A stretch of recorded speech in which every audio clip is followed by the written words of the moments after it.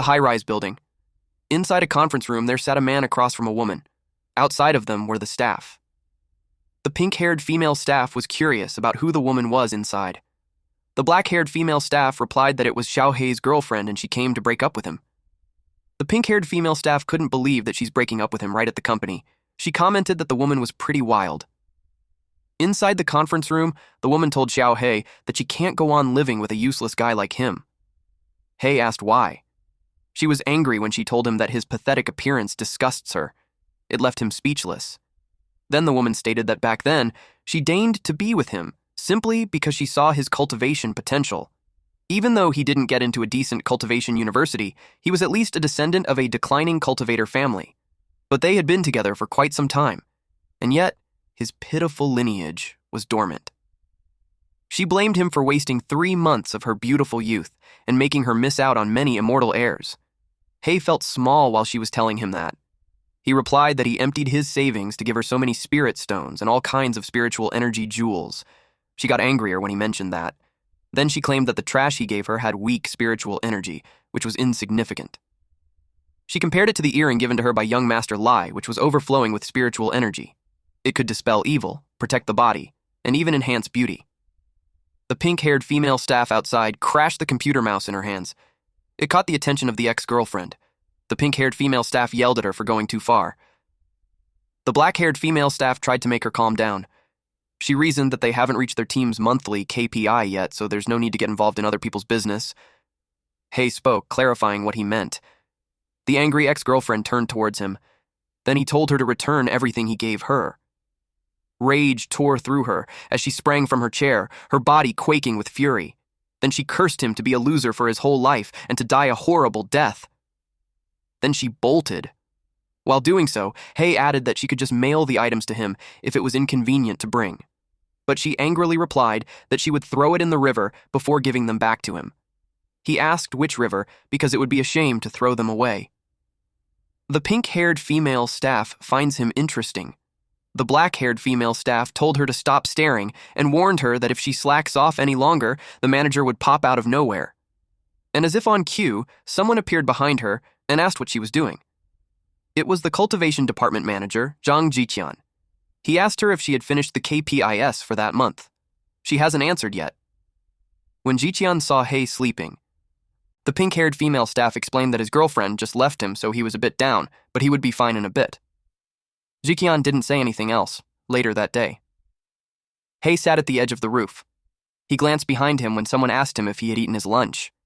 It was Jiqian. He asked if he wasn't in a good mood. Then he offered him a drink to relax. Hei was puzzled with his action because this old man usually glares at him, and now, out of the blue, he's being nice. After finishing the can, Hei was already drunk. He stood and spread his arms while yelling that his ex-girlfriend ate his food, drank his drinks, spent all his money, and even cheated on him. He yelled at her to die. He felt good after that scream. He admitted that he didn't expect the manager, who usually seemed cold, to actually care so much about his subordinates. Then suddenly, he felt dizzy. He realized that the soda had something in it. He glanced at the can, and it reflected the manager's devilish grin. Then he fainted. A few hours later, his head felt so heavy, and when he opened his eyes, he was chained at the edge of a cliff. Someone saw that he's awake. It was Jiqian. Hei asked if there was some kind of mistake. Jiqian was about to tell him what he was looking for, but Hei cut him off by saying that he's not into S&M. That irked him, so he punched him. Seeing that Hei thinks it was funny, he urges him to look carefully below to have an idea of the situation he's in. He saw a pair of eyes looking at him in that dark pit. It moved. And when it came out, it revealed a dragon. Jiqian presented the sacrifice to this divine dragon lord. He told the dragon that even if that useless one hasn't awakened, the body still has the spiritual root of an ancient lineage, which makes him more delicious than those sheep and pigs that they used to bring. In exchange, the divine dragon gave him the promised condensation pill. Jiqian got excited on making his major breakthrough. He left to get back on his cultivation. The divine dragon asked Hei if he had any last words before he died. Hei glared at it and told the divine dragon that it had a bad breath. He suggested brushing its teeth before eating him. The divine dragon got angry with his insolence. He claimed that he was the Lord of the Clouds, master of the 9 heavens, bearer of thunder and rain, rider of the 4 seas. On top of that, it spent 3,000 years of silent cultivation in the abyss and 80,000 years roaming the 9 heavens. Eventually, it got embarrassed for losing its composure. It was displeased that it got angry over a mere mortal. It took Hay. Normally, it would swallow the sacrifice in one bite, but it decided to give him a special treatment by chewing him bit by bit. Hay yelled that it can't.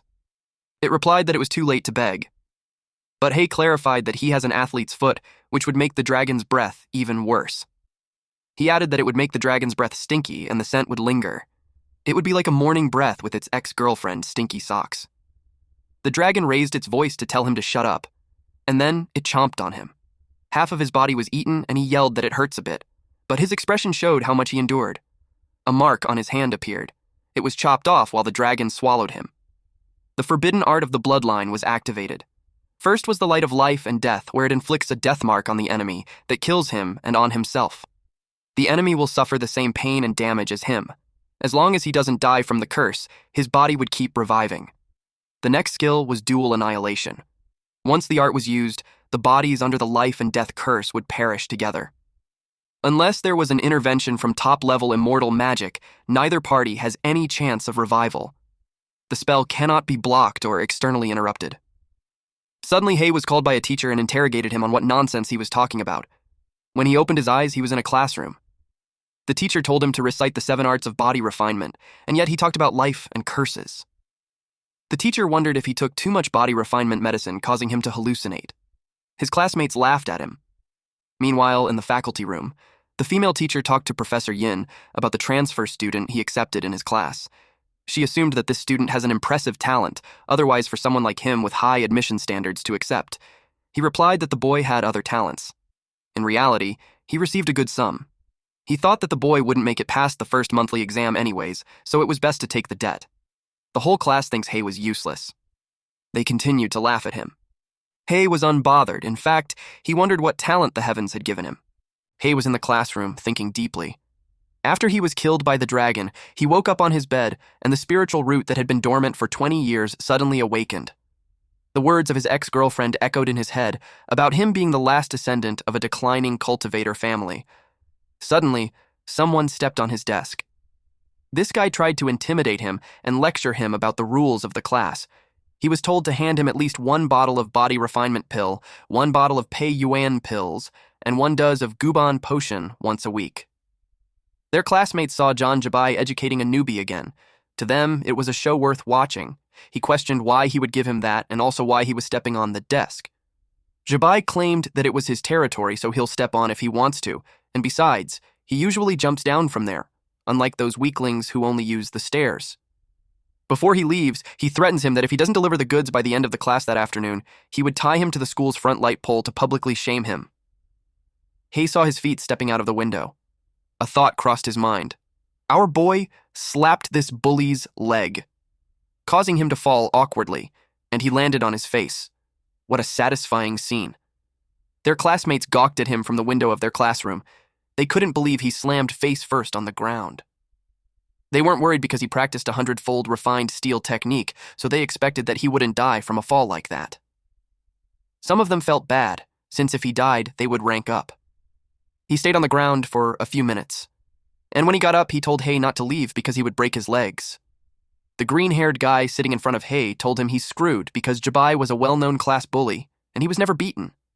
Also, his family was a powerful and influential academic cultivation clan in the city, and his body refinement technique has reached an insane level. He also shared that the last student who crossed him had his entire family broken and dead. He warned him that he can run but he can't hide.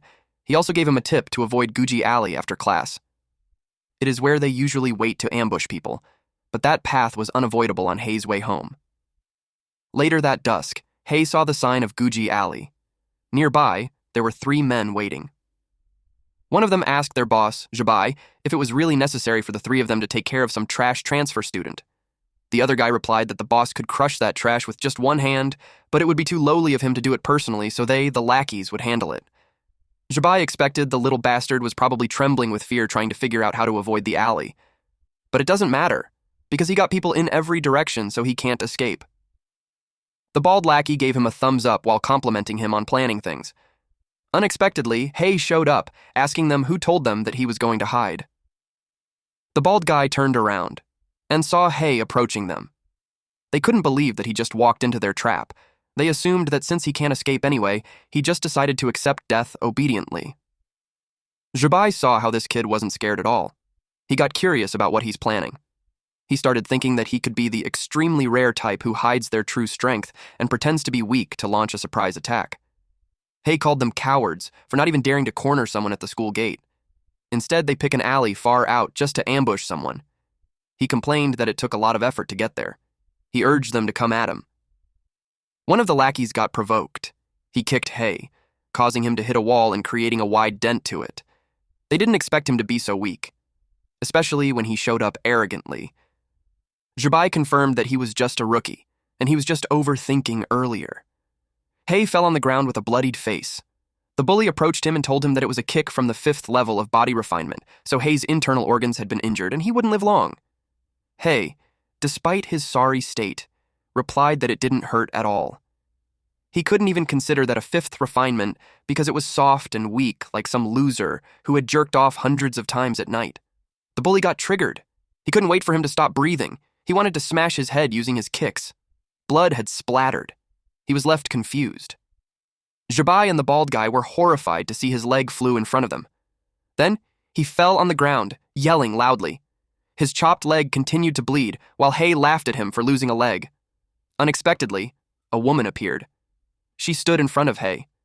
Zhibai couldn't believe that she just showed up in a blink of an eye. Even when the woman's back was turned on them, the bald guy attacked. Zhibai yelled at him not to use lethal moves there because he would destroy the whole area. But he still did it and unleashed his attack, called Death by Purple Gold Club. It caused a huge explosion in the area. The idiot destroyed all the nearby residences. He expected his old man at home to blow up over the aftermath. Eventually, the smoke and dust subsided. The bald guy was left shocked. Even Zhibai's jaw dropped while his eyes widened.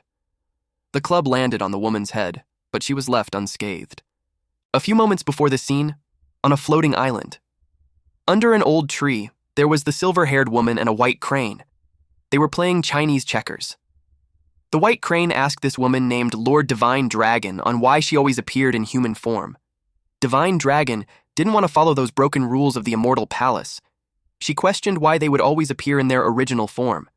She stated that they would end up like the crane who had a human body and a bird's head. The crane was surprised. She asked if it was offended. The crane clarified that it was because she was bleeding. She thought it was a joke because the last time she bled was 100 years ago. She believed herself to be invincible, but to her surprise, blood gushed out. The crane panicked that it gushed harder. She immediately used a homeostasis spell. Then she left the crane.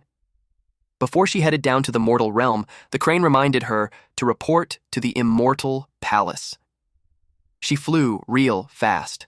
A mark appeared on her hand, and upon scanning using the divine sense, she learned that it was a death curse, and she can't dispel it even with her powers. She was aware that the life curse was tied to someone in the human world, and she must find that bastard. Back in the alley, a rectangular barrier was put up. Marks were drawn on the walls of it, and it covered the whole alley. Zhibai was impressed because she took a direct hit from a quasi-condensation realm attack without flinching. At the very moment of impact, she developed a defensive barrier, leaving the surrounding buildings completely unscathed. He could tell that the person's cultivation was far above him. Divine Dragon stated that she had not fought low-level cultivators in so long that she had forgotten how weak they all were. She also considered that Zhibai was weaker than when she first started. Zhibai yelled at his guy to quickly get away from her, but before the bald guy could do anything, his body was blown into pieces. Zhibai was horrified. His legs gave in, which made him fall on his butt. He asked how it happened when he didn't even see her attacking. He panicked when he saw her approaching him, especially that his legs already gave out. He knew he was doomed. Suddenly, Hay was being lifted in the air. She said that she was surprised to see someone she ate come back to life. With that statement, Hay confirmed that it was the dragon. She told him to hurry up and lift the curse from her, or else he would be a dead meat. He replied that he had no idea how to lift it. Because of his response, he was slammed repeatedly to the ground. She had done it with a powerful force that shattered the ground. She demanded him to lift it. Zhibai watched how scary she was, that when she snaps, she even targets her own allies. Suddenly, she coughed blood. It tainted the ground. She realized that the harder he beats him, the more hurt she gets, so it wasn't totally worth it. If it keeps up, they would fall into a boring loop. She decided to head back first to find a way to lift the curse, but Hei told her to stop. She noticed how he came back to life again. Internally, she complained how shameless the curse was. Hei brought up how she ate him like he was nothing. So, he wanted a bit of compensation. He was the first one to say that to her. She asked what he wanted. He replied that he wanted to become an immortal. She got annoyed at him. Then she asked what he would do if she refused. He threatened her that if she doesn't grant it, he'll soak himself in a pool of sulfuric acid and die over and over, and she'll bleed like crazy with him. She got furious that he dared to blackmail her. She thought of just freezing him and locking him away while she takes her time to find a way to break the curse. Anyways, she got all the time in the world. But he had countermeasures for that situation. He taunted her to try. It angered her. A shadow formed beneath her, and it released red flames. Because of that, she threw him the book while telling him that reaching immortality in one step was impossible. The book was a basic cultivation manual to help him train slowly. She commented that it would suit someone talentless like him. Though it can't guarantee him immortality, it can at least get him into a good university, and he'll never worry about food or clothes again. The cover of the book says, "Advance Payment of Skills." Just from that alone, he could tell it would be an amazing technique. He agreed that improving his cultivation was the only real path forward. In her head, she called him an idiot. Nothing in the world comes for free, so until he gets rid of him for good, he'll drain every bit of him. Coincidentally, he was thinking of the same thing. Meanwhile, Jabai was plastered on the wall in an attempt to hide his existence, but he saw her looking at her. He knew it was his end, but she stated that she can't be bothered to stomp on ants that aren't in the way, but he better forget everything that happened there. He saw her use her powers on him, so it made him scream that he doesn't want to die. Suddenly, when he opened his eyes, the body cultivator instructor was yelling at him to restrain himself in the exam room. He was bothered that he couldn't remember anything from yesterday. His brain was a mess. He didn't even know what to do that day. The instructor told them that it was the first monthly exam of the new semester. He hoped for them to do their best. The students at the bottom of the rankings were in danger because the school would consider advising them to leave. The first body cultivation proficiency test had begun, and for the sake of their futures, he told them to charge. Hei didn't expect that it would be the first week's monthly exam already when the instructors haven't taught a thing in class the past few days. The green-haired guy beside him told him that it was how senior year was. Everything worth teaching was covered in the first 2 years, and Hei should have been taking extra prep classes. He didn't know that. The green-haired guy elaborated that all the effort goes into extracurriculars. Senior year was about exams, rankings, and hyping themselves. He realized that Hei didn't sign up for any prep classes. He would be screwed on the exam. He told the fat student that his rank was about to change. The student asked why. Then the green-haired guy relayed the news that the idiot transfer student didn't even register for cram school. They laughed out loud. The green-haired guy saw Jabai and wondered how the vicious class bully had let go of Hei. Even Jabai wondered the same thing. His 2 henchmen were beaten to death and the other one bled out. He had this feeling that something terrifying had happened. The first test was penetration. A barrier spell has been casted in the field so they could test their destructive penetration. The instructor called Bai to demonstrate how it was done. The instructor had high hopes for him. Jabai threw the stick. His attack was destructive. It penetrated on several layers. The instructor was happy to announce that it had penetrated a 1-meter-thick 5-layer reinforced concrete wall. He was expecting that from the school's body-tempering prodigy. Jabai's level was almost on par with him. The girls cheered for him. He didn't mind them since they had no idea what he's worried about. The green-haired guy expressed that it was impressive. Hei asked if the result was good. The green-haired guy shared that Jabai was well known since he was the only person in their class to be directly recommended to Hezu Cultivation University based solely on body cultivation. He explained that the test reflects his explosive, destructive power. Whether using body tempering or shui cultivation techniques, in the end, the score was determined by how many layers he penetrates. Most people can only punch through 2 or 3 layers in their first month of senior year. The 5-layer result was by far the leading one. The instructor called Wu Fei next. It was Fatty earlier. He took a step and threw the ball. It reached the first layer, but it was stuck there. He badly wished for it to go through, and it did. He celebrated his passing of the test. Then, the instructor called the transfer student. Deep inside, he wasn't happy that the old principal admitted such trash to their class. He was ready to call out Hey. The green-haired guy expected him to be doomed. If he couldn't break through one layer, he'll be advised to leave. Since it was their last chat, he wished him luck. Hey concentrated his power and his eyes turned red. The instructor saw him going up empty-handed. He mocked him by announcing that they now had a prodigy in class who can create from nothing. Everyone laughed. Jabai seconded that with a hidden dragon like that, the teacher's senior position would be secured. It heightened everyone's laughter. But to his surprise, Hey created a ball. Then Hey got into position to throw it. He raised it and threw it. It went fast and easily broke through the walls. The instructor couldn't believe that he actually penetrated the reinforced walls. He got worried that it would even pierce through the school's barrier. But at the last wall, it vanished. He was relieved that it reached the end of its power. But even so, it had broken the record for their year's cohort, and it was his first time seeing that palm lightning. He could tell with the explosive force behind that lightning that Hay's grade in body tempering was high. To master both body and ki cultivation to that level, he called the kid a heavenly genius. The girls gathered around him while saying that he looked ordinary before, but now he turned handsome. One of them claimed that his talent rivals the previous geniuses. He showed no signs of it before, but now they could tell that he's related to some major sect. The green-haired guy knew he was doomed since he laughed loudly earlier. Later that day, he looked nervous. Hey asked what happened to him because he looked 50 years older. He expressed that he was blinded earlier, and told him that if he needed anything, he could just say the word. Hey said goodbye since he was in a hurry. He was gone in a flash. The green-haired guy was amazed how he rushed back to the train. He realized how outstanding people work harder than him. Hey ran as fast as he could. He was so annoyed. He had just confirmed that the stinking dragon had ill intentions. She slipped him a time bomb crappy manual. He was instructed to make up for the practice of the black nether palm lightning. If he didn't finish on time, penalties would apply, such as deduction on his cultivation and weakening of his bloodline, which would mean prohibitions. His timer ran at 11:05:56. Inside Hay's room. He rummaged through the shelves looking for a skill book.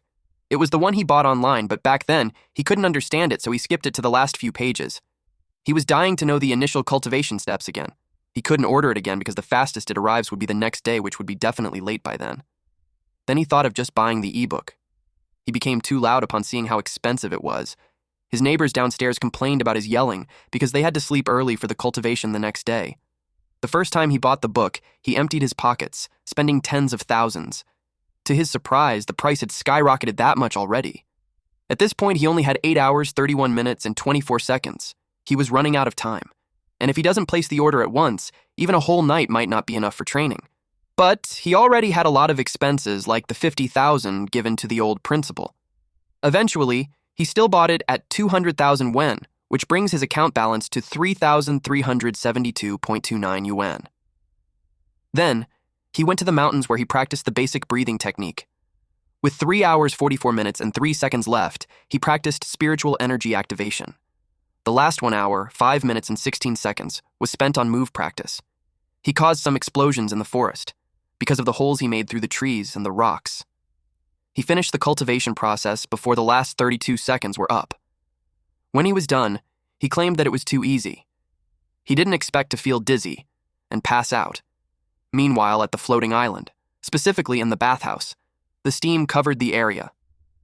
Divine Dragon was happily taking a shower when blood suddenly gushed out from her back and it spilled on the water. She complained about the immortal dew that she lost when she had just made it. She checked on him through the water and found out that he overexerted during cultivation process completion and died suddenly. She called him useless. She only placed a slight restriction during the completion process, and it was already enough to knock him out. She had no choice but to heal him. 1 week ago, during the first day of the senior year, Jibai ranked in top 10 for the class placement test. The results were posted on a bulletin board. He boasted that he made it to the top 10 of the elite class just through body tempering alone. It made him look down on the top students. Then a girl beside him shouted, which startled him. She saw that Fatty wasn't the last anymore. Hai's name was there on the bottom. They had never heard of him, so they knew he was a transfer student. Jibai was eager to show the newbie how tough it gets around there. At the present time, Jibai saw that Hei had jumped 10 ranks from the last individual test. Hei was now at rank 33, One of his lackeys called him since it was about time for the test to start. They were at the gym. A student stood there scared. A palm hit his face, causing him to bleed. It was such a powerful hit that he fell and broke his neck. The instructor called the medic and told him to hurry to the infirmary because the kid might still be saved by Dr. Song's miracle hands. Hei asked the green-haired guy what kind of test was that. The student explained that it tests their palm strength and resistance to impact. And compared to last time's penetration test, this one was Jabai's specialty. Especially his proud iron-tempered steel technique, which reportedly no one in their grade could break through. Jabai faced the strongest palm strength student for that year, Zhao Yikai. He was eager to prove that he was stronger. Yokai was determined to make him pay for his arrogance. He used forged steel palm. It was such a destructive attack, it covered them in dust. Then he stated that iron-tempered steel was just overrated. But he was surprised. The dust subsided, and he saw Jabai still standing. Jabai mocked his technique. Then he hit him. Yokai was down, so the instructor called someone to bring him to the infirmary. Then he called the student named Wu. But Jabai suggested calling Hei first. Hei was surprised to hear about the open-source cultivation method and patented cultivation method. His classmate told him that cultivation methods fall into those two types. It was common sense, so it made him wonder which school Hei attended for 10th to 11th grade. He replied that it was Municipal Number 3 High School. Now it's no wonder he's lacking in foundational knowledge. It was a regular, non-immortal cultivation high school. This green-haired student explained to him that open-source cultivation methods were publicly available and anyone can practice. Patented cultivation methods were registered with the Immortal Cultivation Patent Bureau, so only the patent holder or authorized persons may practice them. Unauthorized practitioners of such methods may face legal consequences or even be exterminated. Like those two earlier, forged steel palm was open source and 100 refined steel was patented. But ordinary cultivators can't easily break through patents. Patented methods have higher thresholds and difficulty. The instructor administered basic maintenance spells to patch up the ruined court. Then he called Hei to come down. Hei and Jabai stood face to face. Jabai could feel his heart racing every time he saw him. He couldn't understand why, especially when he only lost one individual test. But if he could beat him, he could prove himself. Hei suggested that they just hit each other at the same time. It irked him, so he yelled at him not to get too arrogant. Hei used forged steel palm.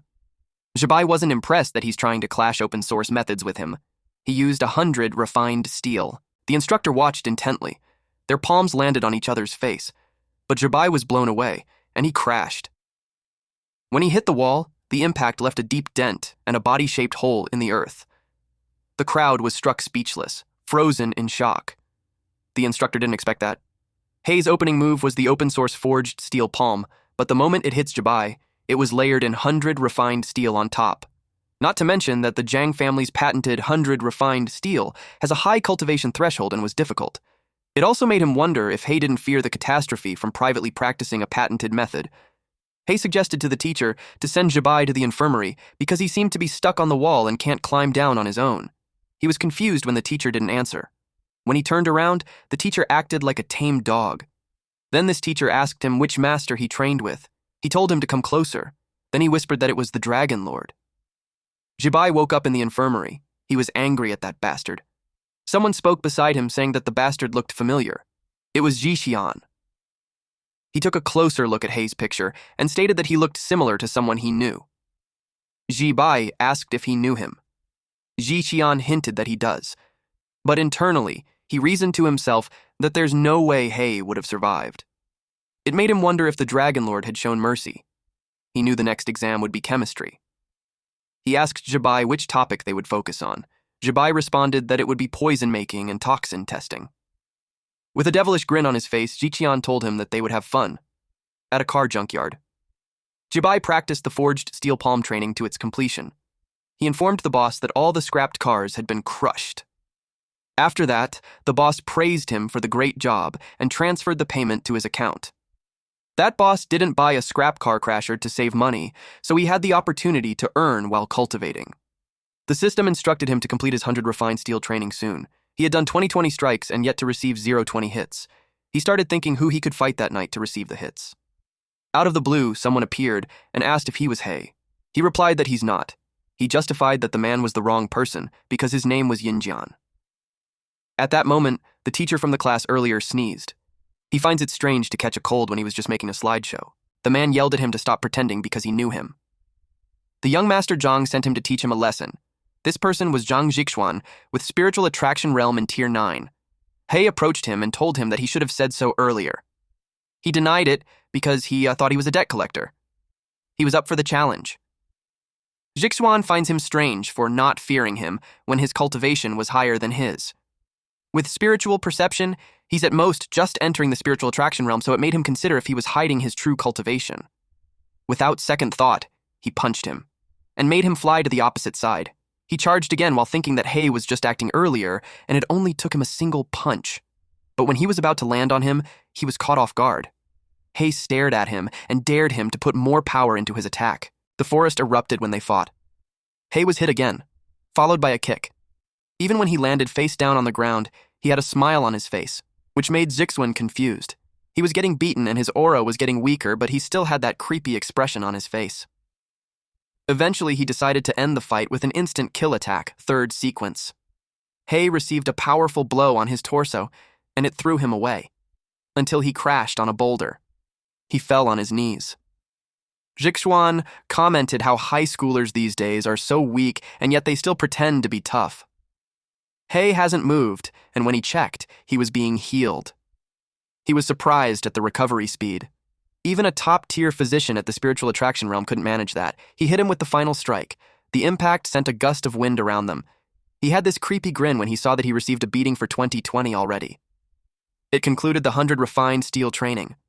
He looked down and grabbed Zhixuan's leg, then unleashed the black underworld palm thunder and hit him with it on his torso. But Zhixuan blocked it with his palm and scoffed at that entry-level spell. He replied that he should hold on to it. He prepared his other hand for the next attack. Then he used forged steel palm, followed by 100 refined steel. Zhixuan took a direct hit, and the impact sent him flying. It was so powerful that he went through the trunk of a tree. Eventually, he found his balance and steadied himself, but he coughed blood. He could tell that most of the meridians in his body had been shattered. He couldn't believe that a mere high schooler at the entry level of the spiritual attraction realm could force him to channel energy to heal. He vowed to beat him to death once he recovered.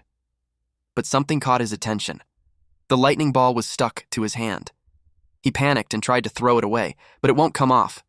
He couldn't do anything until it exploded. Nothing was left of him except for his shades. He picked it up and wore it. The system notified him that the enemy had been defeated, and he obtained a magical tool called Dynamic Monocle, where it enhances dynamic vision, making it easier to track fast-moving objects. He was happy with the unexpected reward. The next day, the rankings were posted. Jabai was bothered that He was ranking too fast. He was already in the 18th rank. In addition to that, the kid also took out the thugs he sent to him. A woman called out to He and asked him for his secret for ranking up fast. She offered to exchange it with Yuan nourishing pills. Little did they know some girls were eavesdropping. They called her Gao Fei, a bitch for her plan to trick him with a losing trade.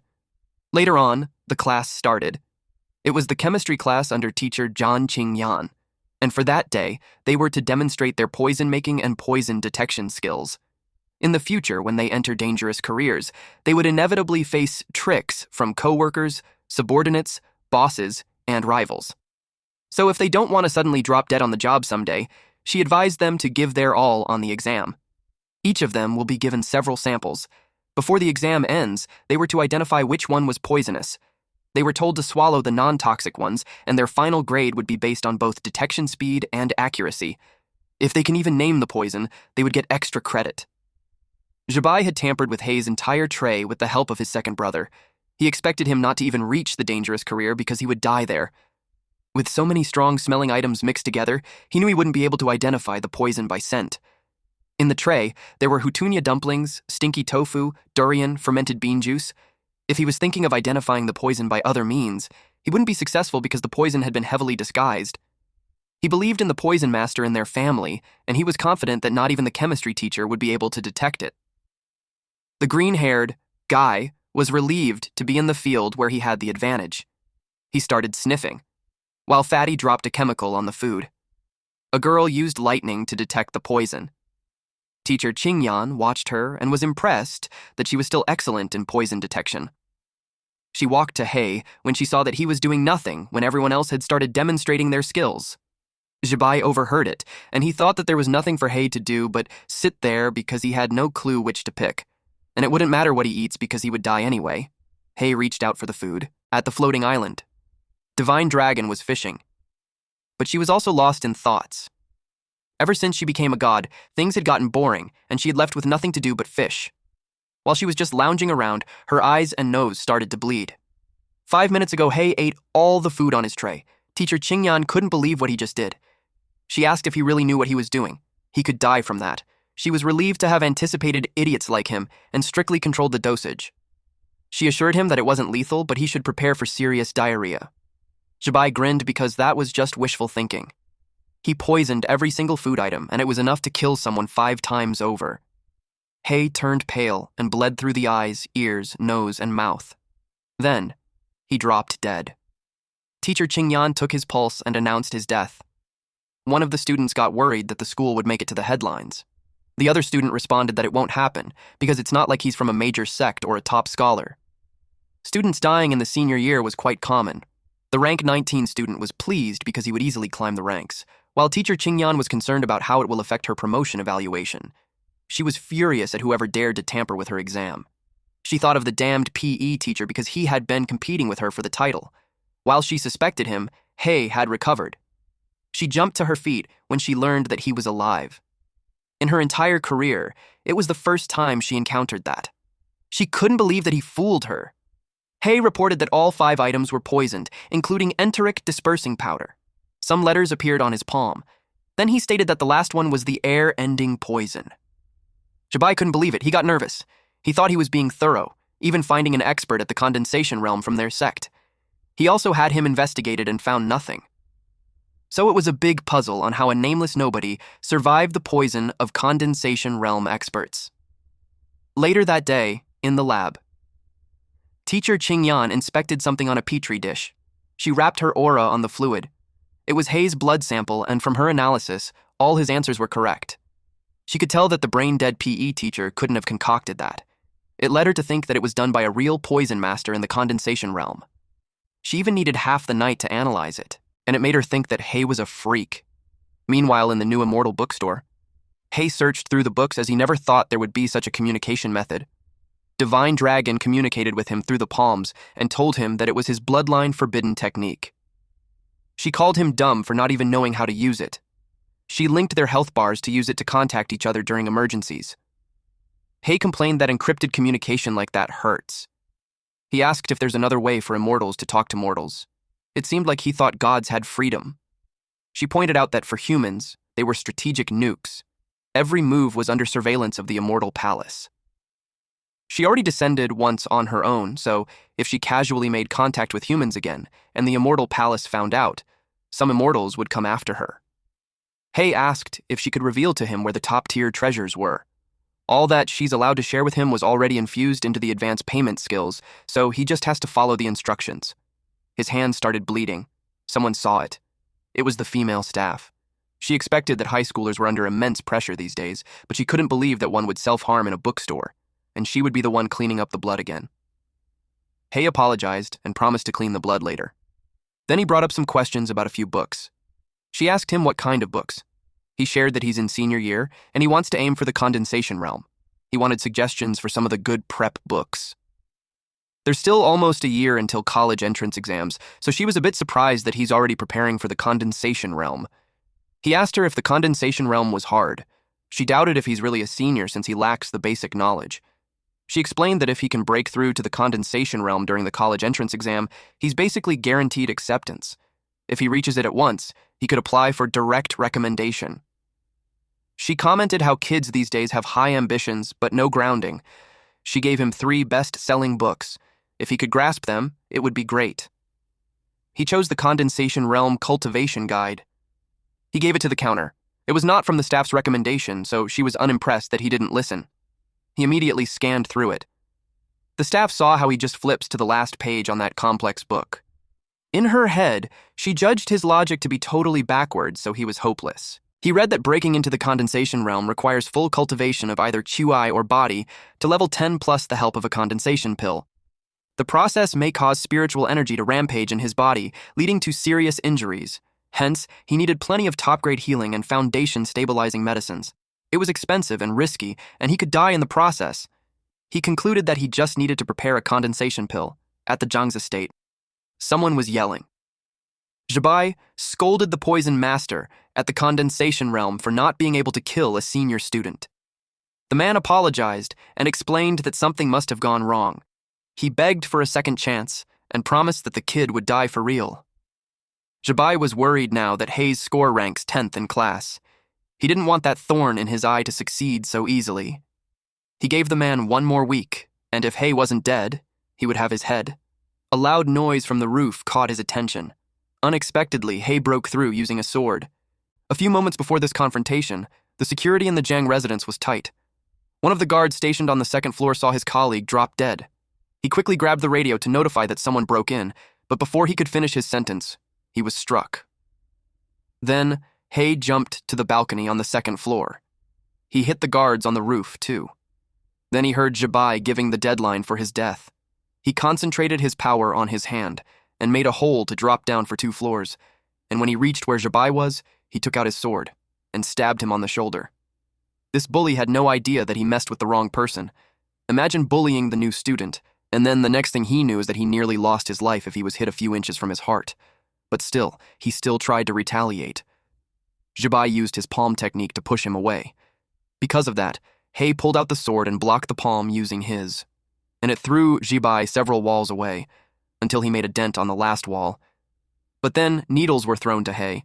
He skillfully blocked it using his sword, though he was slightly caught off guard when a man tried to hit him with a unique weapon. It was a staff with a metallic end that closes and opens like a flower. He blocked it using his sword, but the man had pushed a button in the weapon, and it released a blade that pointed to his eye. He moved a bit sideways, so it only scratched him. The man had to step back. This man recognized the intruder as the high school student who got lucky and didn't die from his poison. He was just on his way to find him, and he came to him instead.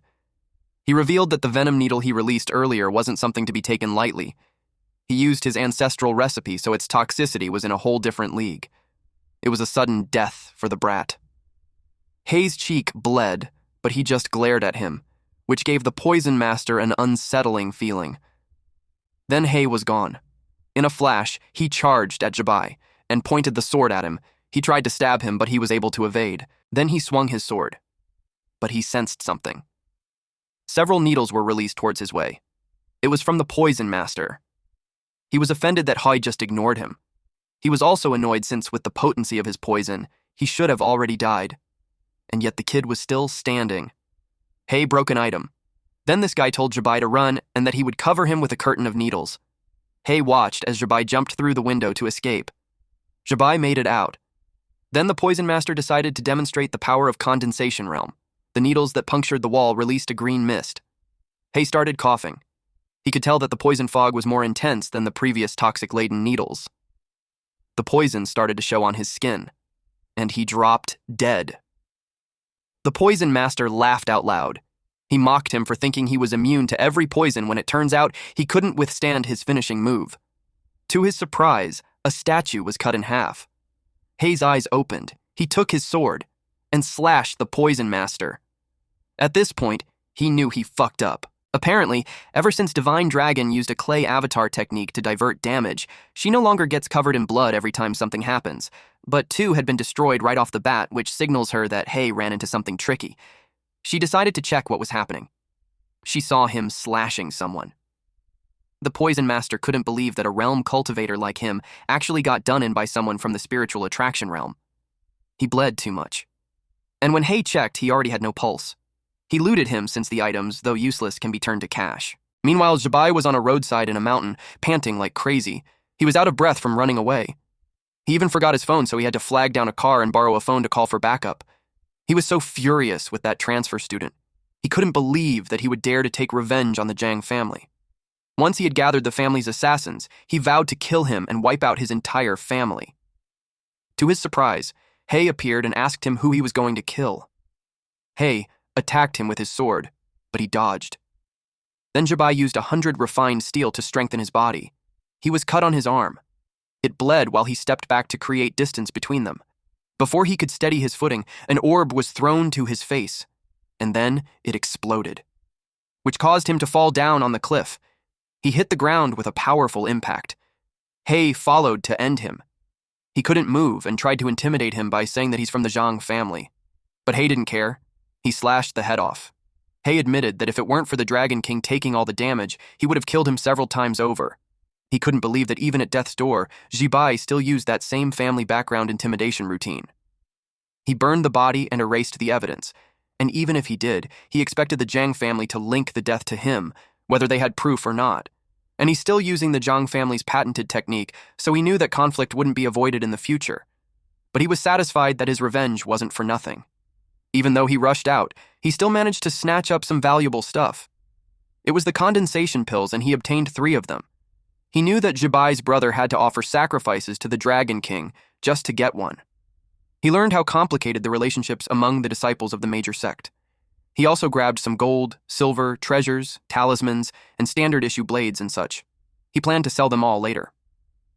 The system detected the word sell and offered a sales system that they might like.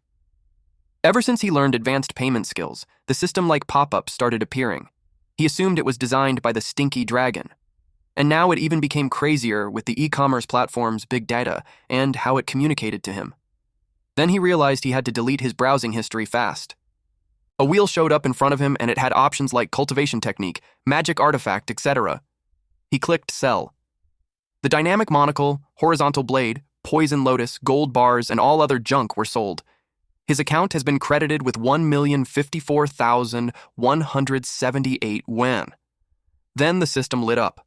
The heaven opening blade was being sold for 1 million yuan. He wasn't happy that everything was sold for 1.05 million, and yet he was asked 1 million for a single premium blade. He remembered similar quality artifacts outside going for way cheaper. He claimed that it was a robbery. It's not that he couldn't afford it, it was just not worth it. He decided to check something else instead. There were pocket pants for 50,000 yuan. It was durable and tear-resistant pants. Both side pockets were spatial bags and can hold many items. He finds this one was pretty useful. He spent 100,000 yuan and was left with a remaining balance of 954,718 yuan. He checked out other items like boiling blood, a premium item that costs 600,000 yuan. With this, the more blood he loses, the stronger his attacks are. There was also a good item called Swift Eye Contact Lens, which costs 50,000 yuan. It enhances dynamic vision by 50%, making it easier to see fast-moving objects. Another good item was the anti-impact shirt for 100,000 yuan. The t-shirt was tougher than him, so he won't worry of his clothes tearing in battle. Then, there were the grip shoes for 200,000 yuan. It had super traction soles. When activated with spiritual power, it can adhere to surfaces. The actual effect depends on the user's cultivation. In total, he spent 950,000 yuan, which brings his remaining balance to 4,718 yuan, which made him cry. While it made Divine Dragon smile, she was determined not to let the brat die easily for casting a blood curse like that on her. Someone called the Lord Dragon King. It was a cat, and it reported that they had found a way to break the human's blood curse. She went with the cat towards the altar. The cat reported that the bloodline wasn't anything special. Hei's ancestors could only place blood curses on low-realm demon beasts. Those beasts couldn't even withstand the transferred damage, so his ancestors often died quickly in low-level fights. That's why no sex ever took an interest in his bloodline. He's always been a nobody in the mortal world. She asked how he was able to cast a blood curse on him when she's a celestial. She was the Dragon King. The cat speculated that it was because when she descended to the mortal realm, the Celestial Emperor's restriction spell forcibly downgraded her cultivation to a very low realm. Plus, the boy's intense will to survive at the moment greatly increased the upper limit of his blood curse. However, his curse still depends on his own cultivation level. A cultivator of the spiritual attraction realm can only tap into a very small portion of her health bar. Once that part runs out, he'll die. The magic circle was about ready. The cat instructed her to step into the center of the formation. The magic circles had formed above her, and then she cried at the immense pain from the thing coming out of her body. Meanwhile, on Earth, it was quiet. Hei was deep asleep, and that line had entered Hei's body. She saw that the blood curse had taken a very tangible form. She condensed her power into her hand and attempted to chop it off, but she got interrupted when someone knocked on her door. It was a messenger. He relayed that the celestial minister was inviting her. The cat was confused that the message wasn't sent via talisman, and instead, a personal envoy was sent. Divine Dragon was on guard since this visitor didn't come with good intentions. Divine Dragon stood in front of the throne, but it was empty. Suddenly, someone asked her if she wanted to sit there. A man appeared on the right side of the throne. He told her that the Celestial Emperor hasn't emerged in years, so the throne had been empty for ages, and there would be no harm with her sitting there for a bit. She scoffed and pointed out how every immortal knew that he was the most eager to sit there. She warned him not to play those kinds of mind games with her and got to the business why he called her there. He commented that she's still as hot-tempered as ever. Then he informed her the reason why he called her was because of her application for promotion to High Immortal. It was rejected. It made her angry because back then she gave up her territory and subordinates and agreed to join the Immortal Palace. It was precisely because he promised she would be promoted to High Immortal after 100 years. He explained that things were different now because tons of minor immortals were applying for promotion. So if they approve her basing only on a promise made centuries ago, the immortals would object. He suggested that she accumulates more merit and raise her cultivation level a bit more. She was gone before he could finish his sentence. The cat was surprised that she's back already. She was flying through the sky at an immense speed, and it was evident on her expression how furious she was. The cat knew that wasn't good. She was almost at the cliff. When she landed, it created a huge explosion. The impact could be felt in the whole forest. The cat fell headfirst on the rock. It asked if she's all right. She laid there on the rocks while she sarcastically replied that she feels fine aside from feeling restrained. The cat couldn't possibly believe she was restrained when she just shattered a whole mountain. Her free range was over, so it was time for her to push that mule harder. Meanwhile, in the human realm forest, Hay was training, and the bird near him was annoyed because it couldn't sleep. Eventually, the system notified him that the spirit attracting breathing technique had been completed. Now his foundation for charging into the condensation realm was even more solid. With that done, after the advance payment to the condensation realm, all elements should be in place, minus some essential follow-up cultivation. He activated his advanced cultivation condensation realm. Power surged through his body. The concentrated power shoots up to the sky. Smoke and dust filled the area. Eventually, it cleared up. His eye glowed red. With this condensation realm advancement prepaid, his body's strength, mana, max health points significantly increased, while divine sense was greatly enhanced. Comprehension ability was significantly boosted. He also unlocked condensation realm exclusive techniques, artifacts, and items. He was told to fulfill the conditions for the condensation realm, which were 1 condensation pill, 10 superior foundation stabilizing pills, 3 bottles of superior spiritual herb extract, and 10 layers of spirit attracting realm. He was surprised that that was it since he had everything already. It was easier than he thought, but he jinxed himself. The side quest showed up. It instructed him to clear the secret realm while suffering the hemorrhage curse within the time limit. After the mission, 30% of his cultivation and merit would be deducted as interest on the advance to the condensation realm. Later repayment would incur compound interest. He had no idea where this demon cave was. As if on cue, a red glow appeared. The magic circle was beneath him. He panicked since he wasn't prepared yet. As he fell, the 20-minute timer started. He complained how intense it was. Even more when he's falling on the spikes. He concentrated his energy on the hands and feet, so he could grip the wall. He slid at first, but was able to stop just an inch before his ass hit the tip of the spike. That was really close. He almost lost his life. Even though his health bar was thicker, getting hurt still hurts, and he also had no idea when the hemorrhage would hit. If he can help it, he'd rather avoid injury. A metal arm was released towards him. Luckily, he saw it. He drops down to evade it. As soon as he did, there was another spike, which he countered by slashing it in half. His speed, strength, and reflexes had all improved significantly. Although he didn't have the best knife that can cut iron, after mobilizing some magic power, a stone arm thicker than a waist can be cut off with one sword. Those were the benefits of improving basic cultivation. He saw an incoming attack. He had to move in zigzag motions upwards, as he aimed to leave the pit, but a hand blocked the exit. He was ambushed from the front and back. He used Black Nether Fistcore Thunder and smashed everything. After that, his timer was at 17 minutes 36 seconds. A rock in human form appeared from the ground. Several of them had shown up. They looked like a rock and a human-shaped warrior with a hammer as a weapon. He didn't have much time to deal with them because of the time limit, and he started hemorrhaging. While he was down on his knees, the rock soldier raised its hammer. The rock soldier swung its hammer, and it hit something. It was a hand which Hay created through an advanced payment skill, Stone Golem. Since he was experiencing massive blood loss, it activated boiling blood, which increased his attack power. Then he split the rock soldier in half using his dagger. The system instructed him to complete the Stone Golem's training. He had to control the golem to use different attack techniques against enemies. His progress was at 0/5. He released a golem hand to defeat all those rock soldiers. He crushed it, and others were punched using his golem hand. The golem hand was raised in the air. Meanwhile, in another setting, Jiqian slapped a chained woman to wake her up. The woman came back to her senses. She was in front of a creepy altar. She just drank a soda, so she had no idea how she woke up in a place like that. She asked her manager, Jiqian, how it happened.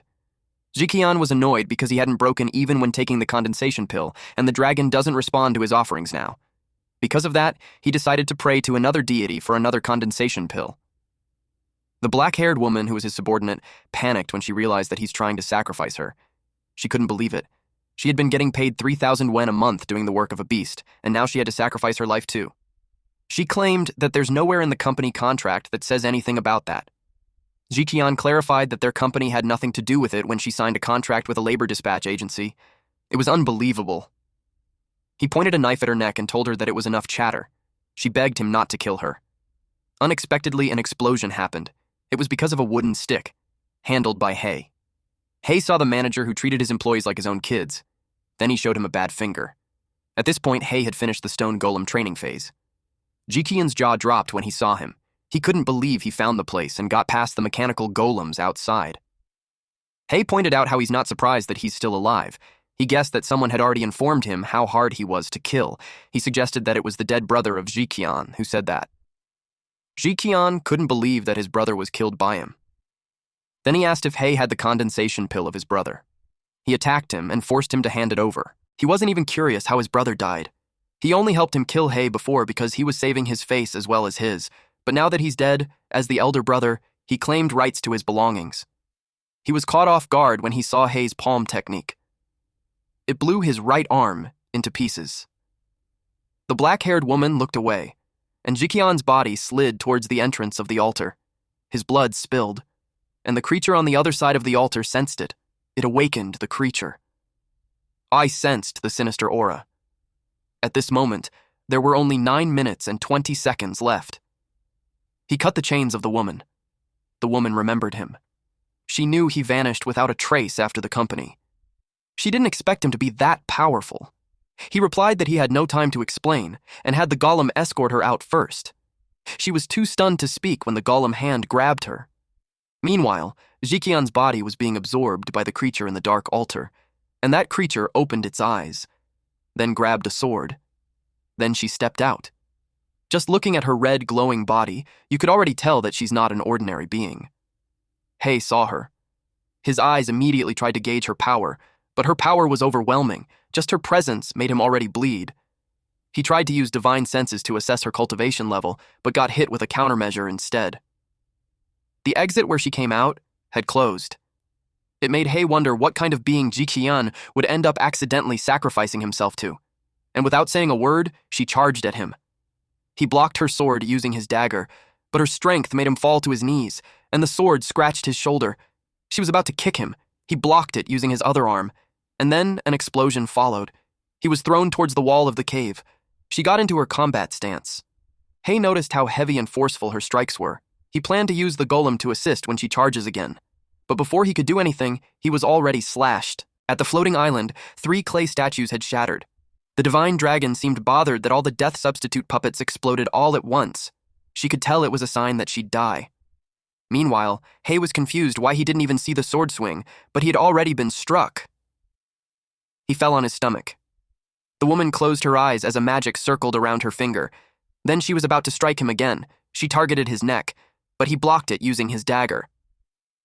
The impact was so powerful that it released a gust of air around them. He realized that she even wanted to finish him off with a follow-up strike. He signaled using his finger, and the golem hand appeared.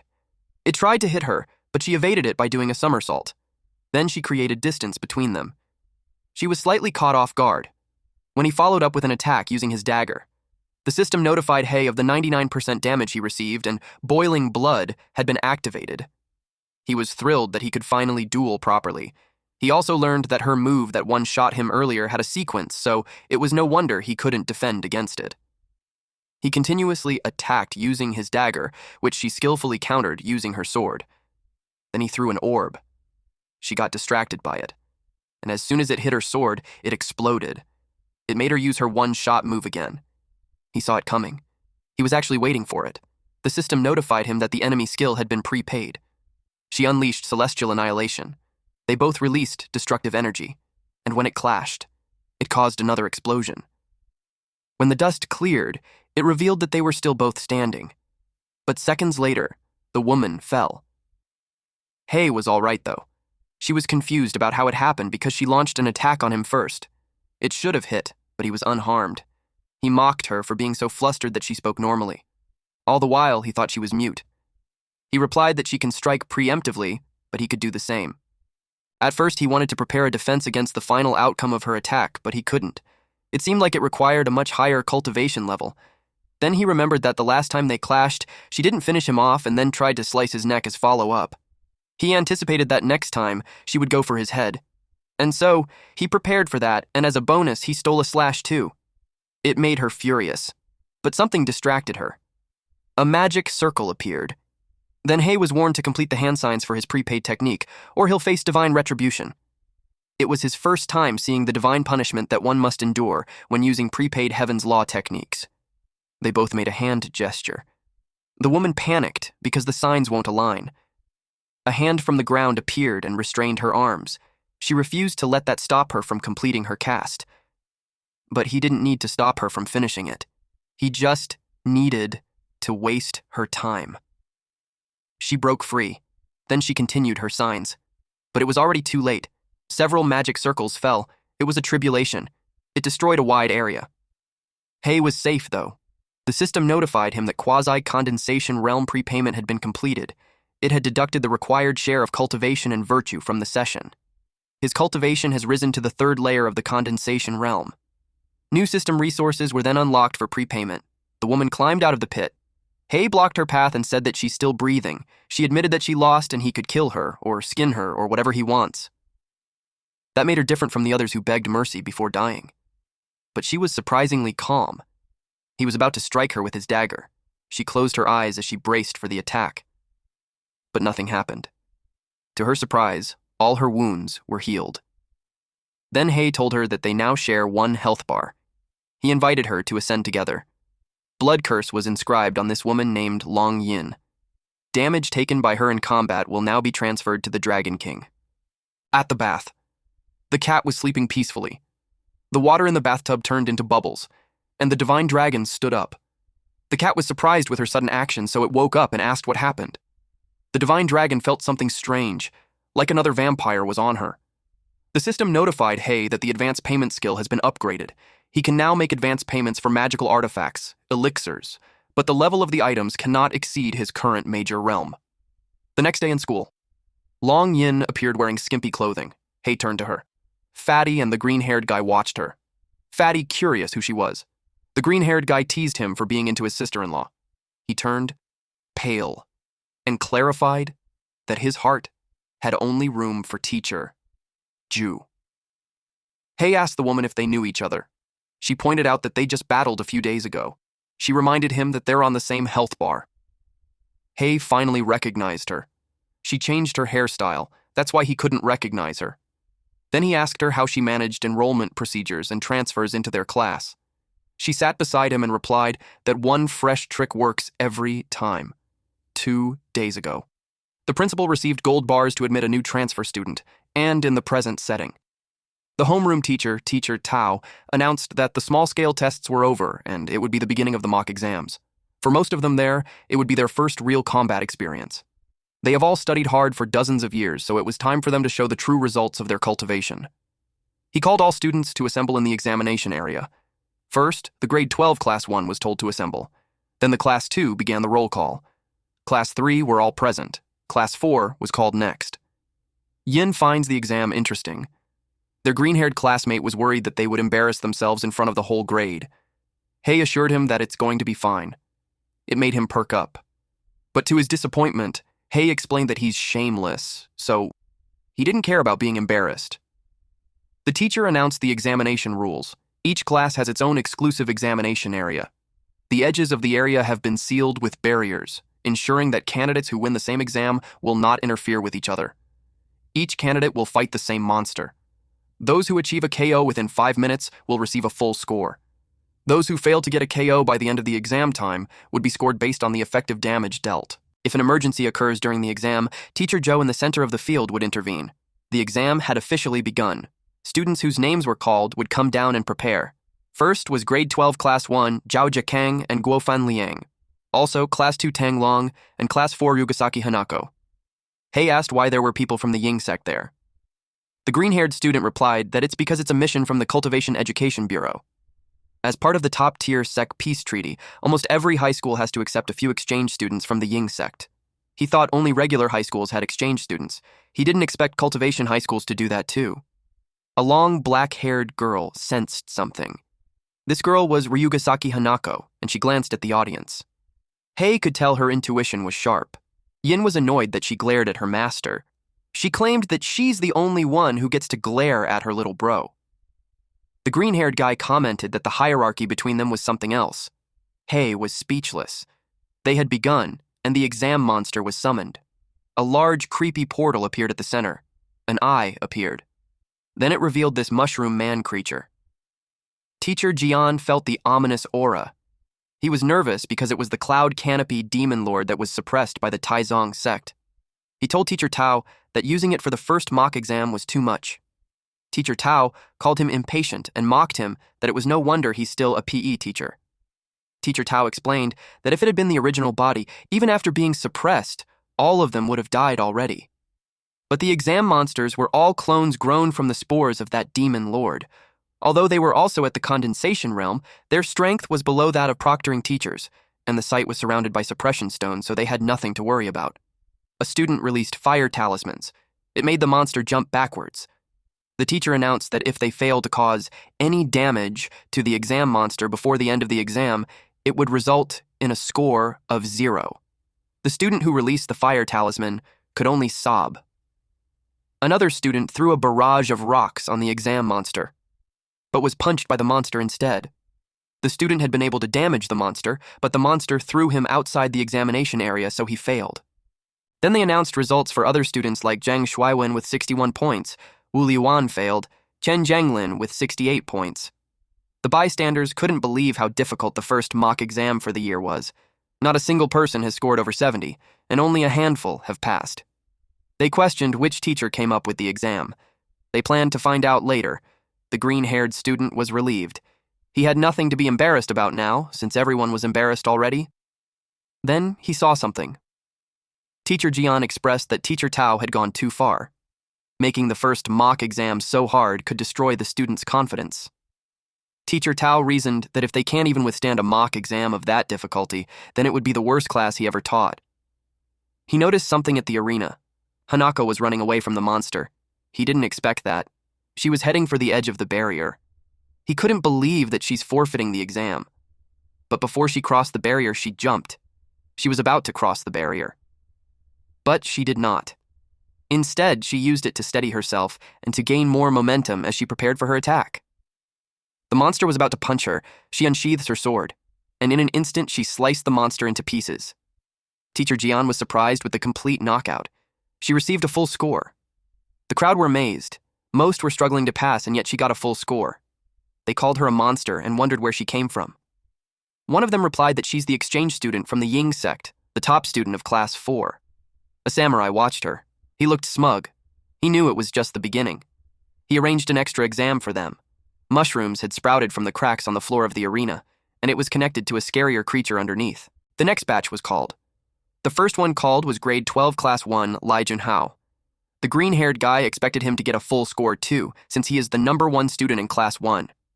He noticed Hei moving his hand, so he asked what he's gesturing at. Hei knew he couldn't see the system prize wheel, so he simply replied that he's just waving off some mosquitoes. He didn't care about who's number one, he only cared about what good magical artifacts he can get an advance payment on. Meanwhile, the fangirls cheered for Junhao. Junhao was confident to kill the exam monsters. He was eager to prove that there was no difference in level even between two number ones. Black mist appeared in the area. The mushroom monster emitted the mist. Teacher Tao had no idea who came up with that kind of monster. Junhao was confident that even when it changed its form, he would still instantly kill it. Several writing appeared on his fist when he clenched it. Then he punched the monster and made it fly backwards. Teacher Jian was surprised with his power. Teacher Tao explained that Junhao imprints a magic formation on his arm to increase the destructive power of his fist. The kid had a lot of hope for a guaranteed admission to Peking University of Tsinghua University, but the teacher hid his anger that he wasn't in his class. The attack was so destructive that it caved the ground. He boasted that the punch guaranteed his admission, and that he also had proven that there was a distinction between two number ones. But he turned pale. Even the teachers got worried. The monster stood in front of him. He was shocked that it was still standing. He finds it strange. He knew it wasn't because he twisted his waist and set his shoulder incorrectly, affecting the power generation. He decided to just do it again. But Teacher Jian, in panic, screamed at him to get away from there. He continued to punch, though, but before he could land the punch, he was instead punched in the gut and was thrown away. He crashed on the wall with a powerful impact. Teacher Jian had come to his aid and supported him to stand, but he also coughed blood. He did his best to disperse the force, but he still suffered internal injuries. He knew the monster wasn't supposed to be there. He got on the phone to call for reinforcements, since an off-the-charts monster had just appeared. The person on the other line asked the difficulty of the current exam was. He requested for the highest realm teachers available. The monster was running towards them. Someone restrained its feet. The proctor was offended that the monster acted like he didn't exist. He also bound the monster's arms. Little did they know that the monster underneath had fully opened its eyes. The mushroom monster created spikes from its back, and it pierced through the ground. The proctor continued to hold the strings that bind it, but something underneath had shattered the ground around him. He knew that's not good. The area he was in exploded. The monster broke free, but a fireball came raining down on it. It countered it by releasing something from its mushroom head, and it clashed with the fireball, creating another explosion. The monster ran out of the smoky area. It targeted the person on the roof who was releasing the fireballs. Hanako watched the chaos from the top of the walls. She unsheathes her swords. The samurai beside her asked her what she's doing. She told him she'd go down to help. This man, Seizaki Kaku from Ryugasaki's sect, screamed at her if she was a fool. He told her that the exam was set up specifically to pave the road for you. As long as the off-the-charts monster accidentally takes out those top-ranking students in the grade, she would be guaranteed admission to Tsinghua University or Peking University, even Shuxian University. She didn't want to use such despicable methods to obtain a guaranteed admission spot. She was determined to tear up that despicable monster, but suddenly she felt weird. She cradled her head and screamed from the pain. Kaku used a soul-binding curse on her. He was relieved to have placed her on a leash. Otherwise, his father's meticulously planned operation would have been wasted. Hanako inherited none of the cold-blooded and cruel virtues of the Ryugasaki family. In her bones, she still had the fatal flaw of her original bloodline. She was gentle, kind, and upright. It made him wonder why his father would waste resources on her. He got distracted when an explosion happened on the top of the building. Teacher Tao was thrown out. He realized that the monster was at least at the 5th layer of the condensation realm. He questioned who on earth issued that exam monster. He activated a body protecting an astral shield. The monster rushed towards him. It was moving so fast that his eyes couldn't keep up. He could only create an omnidirectional defensive shield. The monster attacked him. It made a crack on the shield, and eventually shattering it and grabbing Teacher Tao by the neck. It had this huge grin on its face. The teacher had drooled and his eyes turned white as the monster choked him. But someone intervened and cut the arm of the monster into pieces. And of course, it was none other than our boy. 15 minutes ago. The green-haired student trembled beside Hei after seeing the monster. Hei could tell that the guy had been intimidated by the demonic aura. He didn't expect that those at the condensation realm would be so easily frightened by the demonic aura. And the cultivation level of this monster was at the 7th layer of the condensation realm. Yin was able to determine that, so he was impressed at how sharp she can be. But she clarified that it was her body. It sensed the powerful opponent and was getting agitated. It is what had told her what class of opponent that is. Hei pressed on his wheel again. He set up a barrier around the perimeter so it won't be easy for that monster to escape. He also assumed that the monster planned to wipe them all. Currently, Hei is at the 3rd layer of the condensation realm. Counting his extra-long health bar, his actual strength was close to the 7th layer.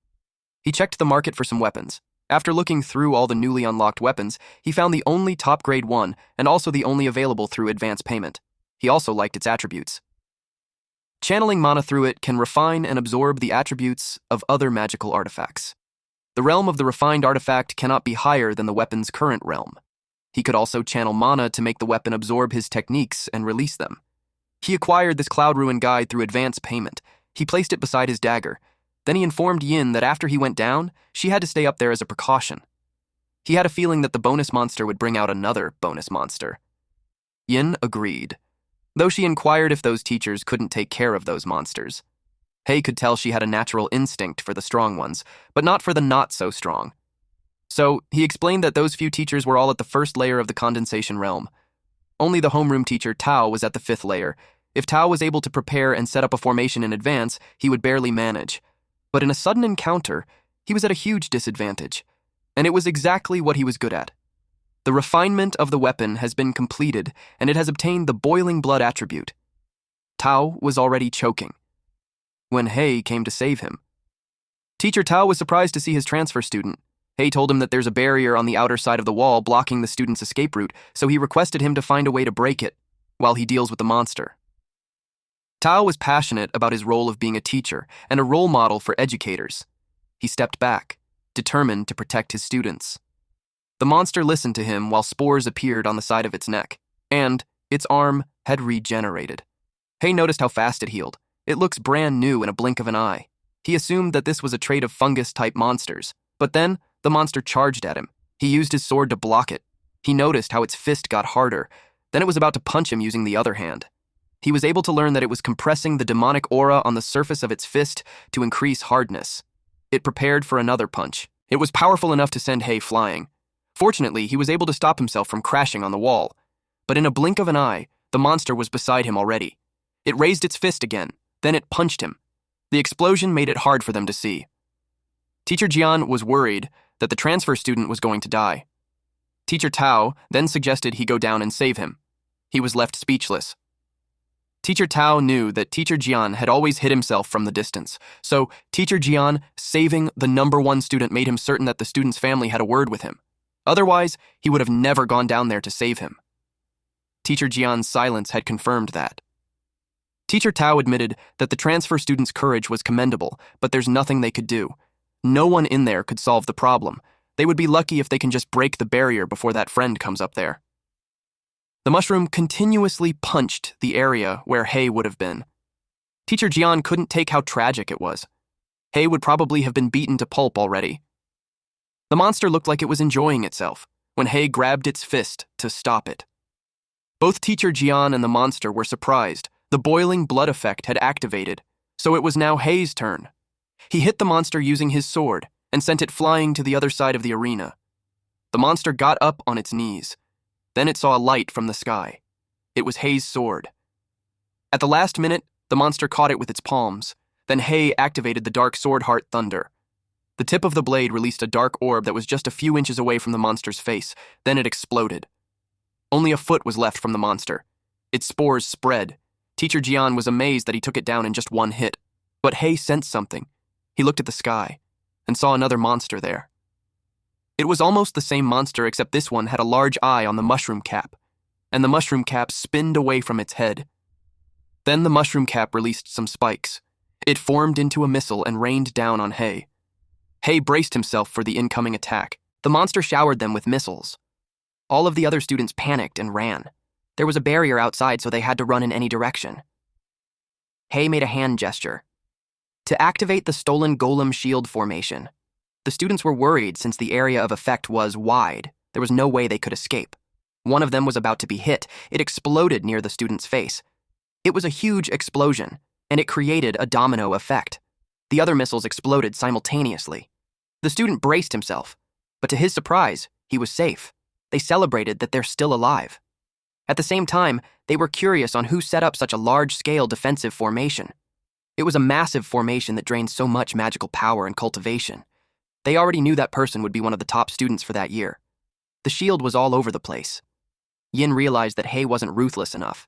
He actually saved his classmates, even when there's no need to save those with bad grades. And those top students, when they take the Cultivation University exams, they would target him. Hei's magical power was almost depleted, but he assumed it was the same for the mushroom cap in the sky. It disintegrated, the monster grits its teeth, and then it disappeared.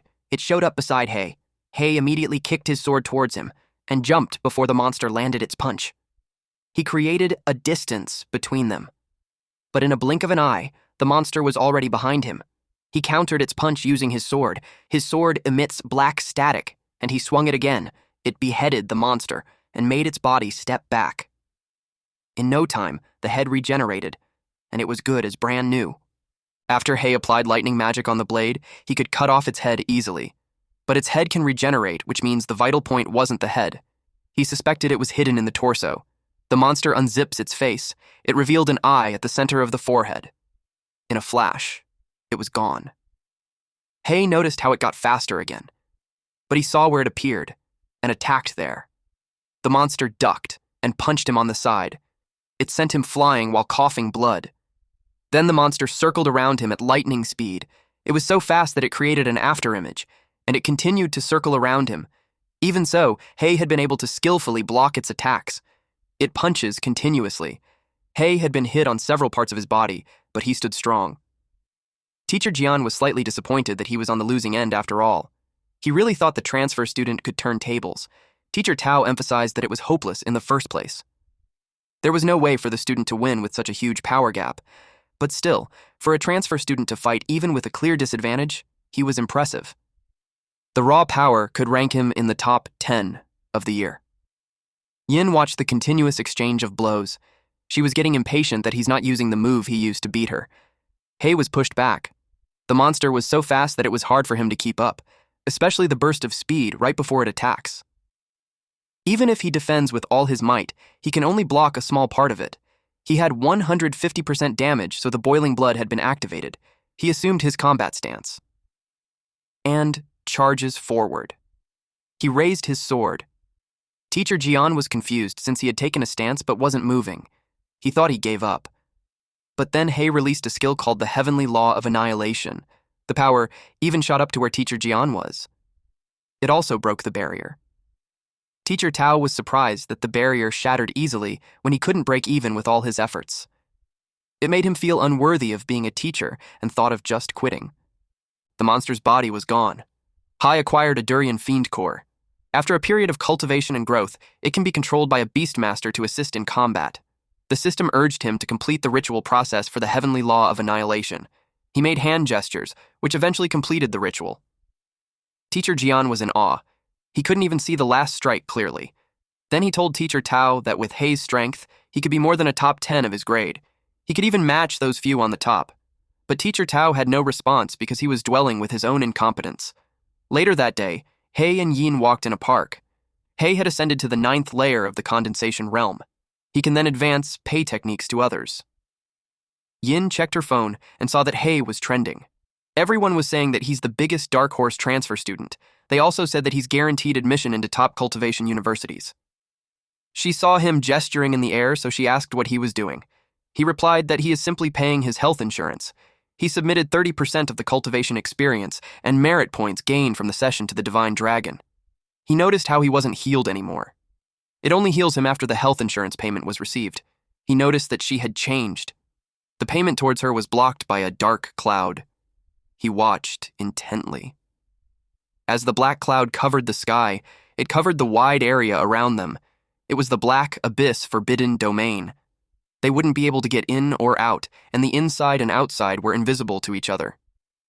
The formation was usually set up when someone wanted to kill a witness to silence them. A kunai was thrown at them. Hei blocked it using his hand golem, but the kunai was encrypted, so it exploded upon contact. Yin made some distance, but she got stuck in a puddle of dark liquid. It engulfed her. He watched the smoke clear. He was amused with the technique they did. They had imprinted a small-scale explosion formation onto a kunai and used an incessant battle mansion technique to drag a disciple inside.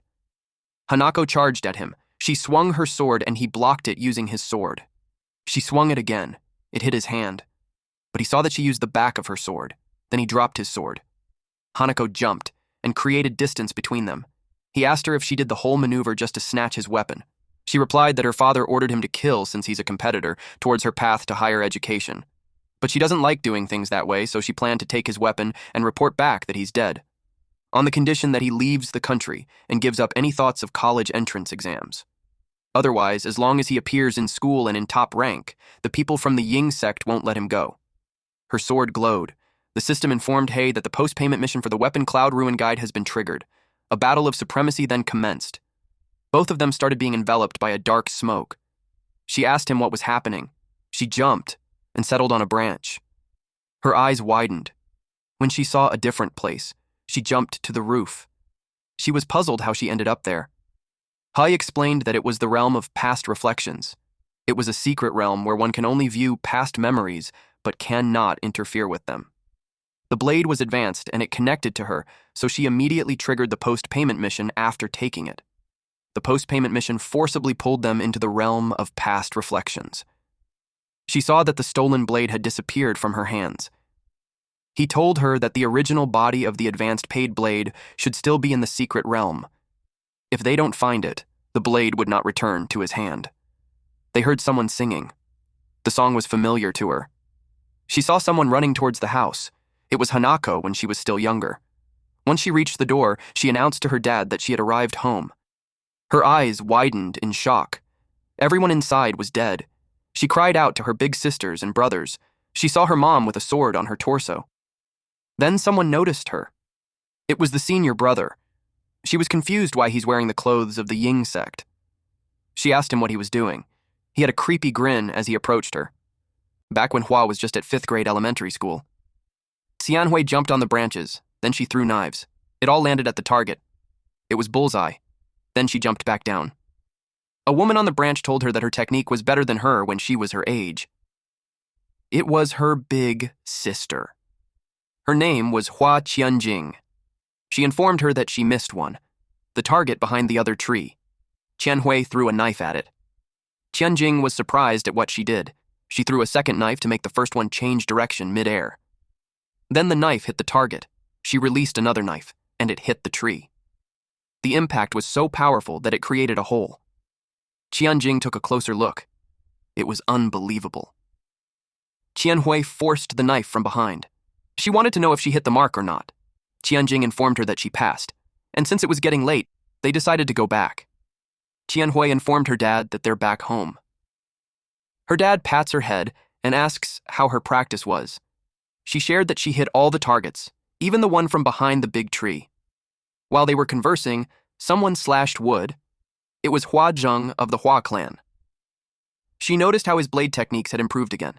Qianjing asked their dad if he was really going to teach him the family's iron wall blade technique.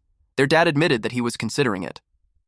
Although the boy was not from their lineage, he had been with them for 3 years. And from his observations over the past few years, he was very polite and simple-hearted. Zheng would bring him some tea, and works hard even through pain and exhaustion. He was also honest and took accountability, so the master thinks he was a good disciple. Until the sword passed through the chair. As the master was stabbed right at the center of his chest, he asked why Zheng would do that. Zheng replied that he was never one of them. He revealed that he was born into the Ying clan, changed his name, and hid there for 6 years just to learn their family's iron wall blade technique. Now that he had mastered it, it was natural for him to annihilate the entire clan. The master threatened him that even if he stabbed him, the others were in the courtyard, and they wouldn't let him go unscathed. Someone grabbed on the door. It was Qianjing. She tried her best to walk towards her dad, even when she was injured in the chest. But it didn't last long. He trembled when he saw his daughter die in front of him. He got furious. The beast actually poisoned his family. Zheng replied that the Ying clan had always followed the principle of learn a move, destroy a clan. He finds it a pity that his youngest daughter isn't home yet from school. He was optimistic about her talent, but, as if on cue, she announced that she was back. The master begged him to spare his little daughter. Zheng told him not to worry, since Qianhui's spiritual root was of high quality. He planned to erase her memories and adopt her as his daughter. But he won't let the master keep waiting too long. Once Qianhui entered university, he planned to seize her spiritual root and reunite the real father and daughter. By the time he finished talking, the master was already gone. Anjung greeted Qianhui at the entrance. He told her that he got bored waiting, so he killed her family to pass time. She dropped her bag and vowed to kill him. She threw knives at him, but he just stood there. Then he blocked those knives using his sword. He identified that she used the omnidirectional flying dagger techniques. It specialized in hitting the blind spot, and Qianhui was the best at it in their clan. But to him, who had already mastered the iron wall blade technique, it was completely useless. A dagger hit the roof, and one of the daggers was an inch away from Zheng's eyes. But then he grabbed her by the neck, and then shoved her down with such power that she lost consciousness. Then he activated the heart-bewitching curse, and from then on she became his daughter and was named as Ryuga Saki Hanako. He planned to bring him to the Ying clan and train her well until the day comes. When she woke up, she called him father. Then Zheng started a fire and burned the whole house. They left after that. At the present time, Hanako watched the whole building burn. She stood there in daze. Then she felt this resentment and anger towards Zheng. Hei reminded her that she can't interfere, but she was already gone. She wields her sword to kill him, but when her sword made contact, it shattered. Zheng, who was walking away, sensed it a little. The young Hanako asked her father what was wrong, but he replied it was nothing. He just thought someone was approaching. Then they continued to walk away. Once they got back, he would arrange someone to teach her the Eastern tongue. The present Hanako trembled. She sobbed loudly. She felt betrayed by the person she was calling father. The system notified Hei that the scene had changed. The realm of past reflections had changed to an interactive, tangible scene. They were instructed to find the key item, Cloud Ruin Guide. Hei paid attention to the notification. After that, they walked into the burnt house to see what they could find. She can take it back as a memento. Her divine sense detected something there, but it was buried very deep. Hei helped her dig it out. He used the golem hand and had retrieved the items. She saw his blade, but he replied that it wasn't, because it was truly hers. He gave it to her. She couldn't understand why. He explained that it was left behind by her father, and it guided her to rediscover herself, so it was always meant to be hers. He also gave her the blade manual left by her father. The blade manual was specifically designed to counter the iron wall blade technique. Hei asked her what was wrong. She told him how it was extremely difficult to cultivate. It could take decades to even reach the first layer. But she couldn't wait that long. Even if she could, Ryuga Saki Shoichi would quickly realize that she's no longer the same person. But Hei told her that she no longer had to wait. She asked what he meant when suddenly he placed 2 fingers on her forehead and let his energy flow. Then the moves and mental incantations were poured into her mind. Breaking blade technique had been advanced paid to her. Then the system informed her that the repayment for the breaking blade technique would be completed by her. During that process, 30% of cultivation experience and merit points she gains would be paid to Hei as interest. She asked what that was. Hei explained that it was the system panel. She'll only see it after she accepts his advance payment. If she doesn't accept, she'll still have to pay him interest, but the advance payment could also be withdrawn. Without hesitation, she fell on her knees and bowed at him. He accepted her as his disciple and told her to get up quickly. He also told her that she just became his disciple. He doesn't have many good things to give her, so he told her he will give her a set of magical robes in a bit. With that, the post-payment mission for the Cloud Ruin Guide was completed. Qianhui watched as the sun rose, and then she checked the mark on her hand. Hei explained to her earlier that with the blood curse, they had become master and disciple linked by a single health bar. From then on, any damage she would take will be endured by him, her master. He also reminded her that the blade has a boiling blood effect. The more damage she takes, the stronger her attack power becomes. Someone asked her why she was in a daze. Kaku told her that their father was talking to her. Shoichi told them that even though Hanako exposed a flaw in her personality during the exam, it was a good thing she saw the error of her ways, killed the people who were in the way, and even brought him a treasured blade. Shoichi was glad that his years of nurturing her wasn't in vain. She became confrontational. She told him that there's something that she doesn't understand, and she wanted to ask him about it. Kaku called her out for not using honorifics. Then she asked them if their deeds deserve some honorable titles. Shoichi glared at her and asked what she meant. He asked her if she doubted whether the way he had acted over the years was righteous. She replied that he talked about righteousness like benevolence, proprietary, wisdom, sincerity, But then he secretly does things like robbery, looting, murder, arson, and annihilating an entire clan. Kaku got mad at her. He defended that everything that their father had done was for the sect. She tied her hair in a bun as she replied that they knew small etiquette but had no great righteousness. That they were meticulous in small details, but they lack great virtue. She used a moon crescent headpiece to hold her bun. Also, this was a high-grade item that can reduce the spiritual energy she consumes when activating spells. She continued to tell them how they care about minor matters, but disregard honor and shame. And they fear authority, but don't cherish kindness. She removed her clothing and revealed a horse-face magical skirt. It increases the power of spiritual energy activated moves by 30%. Plus, the outfit automatically repairs itself by absorbing spiritual energy. Shoichi noticed the condensed energy in her hand. He immediately took out some swords and grabbed one of them. Qianhui uttered how the weak will be subservient and the strong had become bandits. Kaku couldn't take it anymore and attacked her. But before his attack could land, she already kicked him in the face and threw him outside. Shoichi realized that she had figured something out. He was done pretending too. He called his clan to gather. Everyone came as fast as they could, and they faced her. He ordered them to capture her. They attacked her all at the same time. A bald man attacked Qianhui using a sword. She blocked it with the sheath of her sword, and then she kicked him on the head. Another one attacked her, and he sliced him in half. While she was on the move, some shuriken was thrown at her. She threw her sword towards the attacker, and it pierced his neck. The attacker fell while the others were surprised. They surrounded her when she jumped right in to grab her sword. They attacked simultaneously, and she blocked it using her sword. They kept the pressure on her to skewer her eventually. So while they tried to press their swords, another person tried to stab her from the side. She saw it and activated an instant wall lightning flash. The attackers were all hit at the same time. She surges through the roof. One attacker looked for her. The man under the hole on the roof was cut by her in an instant. While she was crouched down, another man took the opportunity to hit her. She cuts his arm. Then, on the next person, she cut his head. She continued defeating them. Those men couldn't believe that they were all losing to just one girl. They tried to hold the line and not break formation. The others just watched on the sidelines. They were the wiser ones. Those idiots engaged in the fight actually thought that they could win in numbers alone, but that kid was chosen by their sect leader.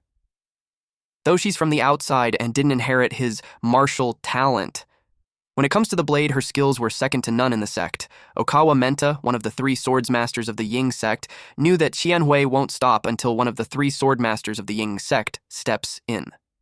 Nagano Nakayusu, also one of the 3 swordmasters of the Ying sect, agreed with him, so he asked him why he's not joining the fight and had just been watching from the sidelines the whole time. Menta wasn't an idiot. The other 2 were watching, so he's not going to jump in and be a cannon feeder. And also, his quick draw technique was all about that one perfect moment, so he had to wait for an opening. After a while, the corpses scattered. Qianhui was already exhausted. She even struggles to stand straight. Menta saw this as his chance. He drew out his sword. He charges at her. She sensed him, so she glanced behind. And in a blink of an eye, she was slashed. Blood squirted from her body. And the assailant had this wide grin, and then she was pushed powerfully. Yin sensed something. She could tell that Qianhui's aura weakened. It made her ask Hei if he has no plans on stepping in. He didn't expect her to be concerned for her safety. He thought she'd be pissed at her after all. She trapped her in that formation for a while. But it was nothing to her because she was able to get out easily. When she got out, they were gone, and for a second she thought that he ran off with the enemy. Hei revealed that he actually planned to help. He erected a barrier on the building. It was a golden light barrier, and it covered the whole area. Yin couldn't understand why his idea of helping was to trap everyone from the Ying sect. But that also trapped Qianhui in there too. He almost slipped, saying that it was fine as long as the dragon took the damage for her, but he corrected himself by saying that he'd take the damage for her. Plus, with the boost from his boiling blood effect, he had faith in Qianhui. If things go south, he'll jump in. But at the moment, he wanted to make sure that not a single one of those bastards gets away. The revenge that they wanted was to wipe them off the map. Meanwhile, Qianhui lies in the pool of her blood. Menta boasted about his one-hit kill. Suddenly he saw her stand up despite her trembling. He couldn't believe that she's still alive when he sliced her through her neck. He tried to recall the last second, and realized she blocked it at the last second. She was quite lucky. But Menta was more determined the second time. He rushed towards her. She used spirit object control.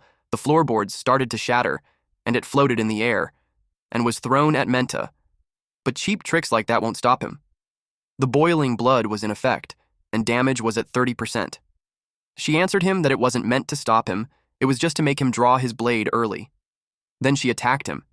She was caught off guard when it was blocked. Menta informed her that even without the first move advantage of his quick draw technique, his speed was still enough to parry. She used breaking blade technique, and instantly her sword passes through the sword that was blocking her, allowing her to slash him. After that, the system processed the blade of crushing momentum post-payment mission progress. She had to use blade crushing momentum 5 times in battle. This technique consumes a large amount of spiritual energy. After a successful parry, it ignores the opponent's block to directly strike the enemy behind their weapon. At the moment, the spiritual energy was too low, so she was advised to wait for it to recover before using. The remaining swordsmaster of the Ying sect, Matsunaga Yuno, and Nagano Nakayasu, saw that the weakest among them was taken out. Nakayasu noticed Qianhui's blocking blade completely unscathed. It made him wonder how she sliced through the person behind it. Internally, Yuyo got curious how that girl's cultivation level improved so drastically. In the past, Menta's quick draw technique would have been enough to kill her several times over. He suggested that they attack together. It wasn't because he's not confident, he just thought it's better if they all share the credit for taking down the girl. Nakayasu agreed. He told him he'd cover him. He used the skill Sky Rending Slash. Qianhui bends to evade it, and while she's in that position, Yuyo charges at her. She immediately blocked his sword, but he was powerful enough to send her flying. She broke the wall and was thrown outside. Her hands were left shaking from that heavy blade. In an instant, Yuyo was attacking her again. He had this arrogant smile on his face while doing so. He was able to make her drop her weapon. She immediately used the spirit object control to grab a hold of her weapon. But before it lands on her hand, he attacks her again. Her hand with spirit object control blocked the blade, but the pressure was overwhelming her. Suddenly, she was hit on the side. She wasn't expecting that. Yuyo commented that Nakayasu was ruthless for slicing the girl in two. Nakayasu told him to finish her already. It won't be certain until he cuts off her head. Qianhui lay there bleeding. Then, Yuyo attempted to behead her, but it left him dumbfounded. He was confused on how she was standing up again, and he also saw that even her clothes were healing. He couldn't believe that a fatal wound that nearly cut her in half at the waist healed in a blink of an eye. He wondered if it was some healing art that someone in the condensation realm could master. She used spirit object control again, to get her sword back. At this point, boiling blood damage was at 80%. She approached him, and Yuyo noticed that he took a step back without meaning to. Then he attacked her. He didn't care if her healing technique was impressive. Since she can't withstand his blade anyway, once he took her head off, her healing arts would be useless. She moved her sword in response, and they clashed swords at the center. Nakayasu couldn't believe that she took a sky-rending slash to the waist and could still fight. On top of that, she can parry his blade with a single hand. He realized that she's getting stronger as she fights, so he had to finish her fast. He used multiple sky-rending slashes. This was a massive attack. Yuyo could get caught in it, so he asked him if he's trying to slice him too. Nakayasu simply told him that his sacrifice would be remembered by the sect, but he refused to be a cannon feeder. He jumped away. But she held him, and used him as a meat shield. It was gruesome. Blood was everywhere. Nakayasu watched the blood and debris fly in the explosion. Eventually, the chaos subsided, and he saw that she was gone. But he sensed her from behind and attacked at once. She bent her body to evade the slash. Her hand hit the ground, and by then, she had recovered her spiritual energy. The blade of crushing momentum became available. He blocked the sword. He acknowledges that she was pretty durable, but he was confident in his sword skills. But then, her blade cuts through his sword. He didn't expect that. He got sliced lengthwise in a blink of an eye. Post-payment progress for breaking blade technique was 5/2. Qianhui glanced behind her. A man clapped and praised her for her excellent work. This man, who claimed to be her father, was quite pleased that she had improved quickly. It was Ryugasaki Shoichi. Seeing him irritated Qianhui. Without hesitation, she attacked him while expressing that he made her sick. He blocked her sword, and then he threw a blade at her, in which she evaded by bending so low. After that, he prepared several blades floating in the air. He was proud of his wise move of learning the iron wall blade technique of her clan and then wiping them out. Now he's the only one in the world who possesses the technique. She commented that his wide grin was practically splitting his face in two, but he didn't care. With a furious expression on her face, she warned him to hold that disgusting smile because she would slice his head open along that grin, and she didn't want to mess up the cut. She moved quickly. He blocked her attack with several blades moving simultaneously. She continuously attacked, but his moving blade created a shield that protected him. The blades moved in a rapid, circular motion. And that cuts her everywhere. The automatic defensive formation barely uses any of his spiritual energy. He was confident that she couldn't scratch him no matter how hard she tried. She warned him that the harder she attacks, the more she'll get hurt. He tested on how long she could keep that up. She used a breaking blade technique and slashed his blades. Because of that, she was able to get close to him. He blocked her sword using her sword. Post-payment progress for breaking blade technique was 5/3. Just as he thought, her move could only pierce his guard once. He had been watching her for a while now, so he got her all figured out. He unleashed several blades again and directly hurt her. She laid on her pool of blood. It seemed like she was unconscious. Someone watched her through the teacup. The cat informed Divine Dragon that the new life leech on her was about to die, and then he saw her face. She was bleeding like crazy. She told him not to make a big deal out of it since it was just a little blood. The cat was shocked because blood gushed from different parts of her body. He questioned if that would be really called just a little bit. He understood that she's using that girl. But the way she's taking all that damage for her was too much, so he could tell that she's cooking something big. She replied that it was a trade secret. Back to the fight, Shoichi was shocked. Because Qian Wei was up again. She saw his reaction and reminded him to keep that wide smile. He was more determined to mince her into pieces this time. The system notified that the boiling blood was in effect. Damage was 170%. Her sword had concentrated power on it, and she charged at once. She bypassed his blades, but he still managed to move it in time and block her sword, and then he counterattacked. She swung her sword and hit him exactly on his mouth. Just as she said earlier, she cut him down right at his mouth. She used a breaking blade technique duet, and half of his head went flying while blood gushed out from his body. The post-payment mission for breaking blade technique had been completed. It was now at 5/5. She watched his body fall. A man hiding behind a pillar saw it happen. This was the son of Shoichi, Ryugasaki Kaku. He thought his father's iron wall blade technique was an absolute defense, and yet she had beaten him. He didn't dwell on it that much and ran away. He thought of himself as the sect leader now, so he planned to get out of there, get some help from the main Ying sect, and come back to butcher her. He doesn't care if she's Hanako or Qianhui or whatever her name is. He followed the saying, "Those who retreat today may live to fight again tomorrow." Unexpectedly, he stepped on a magic circle. It is an annihilation trap. A fire tornado engulfed him. Qianhui watched the whole building burn. She had finally avenged her family. The wind blew, and Hei showed up to praise her for doing great. 30% of the cultivation experience and merit points from the mission had been transferred to Hei. Qianhui's cultivation had been raised to the 9th layer of the condensation realm. Hei's cultivation was maxed out for this realm, and he could now advance pay for the golden core realm. Qianhui informed Hei that the magical robe won't auto-repair anymore. He told her that it was just because she's low on spiritual energy at the moment. He unlocked the shop for her so she could advance and pay for a new outfit for herself. She thanked him for that. She took one that had similar style and stats. But she admitted that she couldn't pay the post-payment of 500,000 yuan. He assured her that it wasn't a problem, since before she burned down the Ryugasaki estate, he had already cleaned out their valuables. He just used their legacy to cover the cost. Suddenly, Hei had goosebumps and he felt a murderous aura. It was from Yin. She was furious that he has his favorites. She was his first disciple, but she didn't get anything.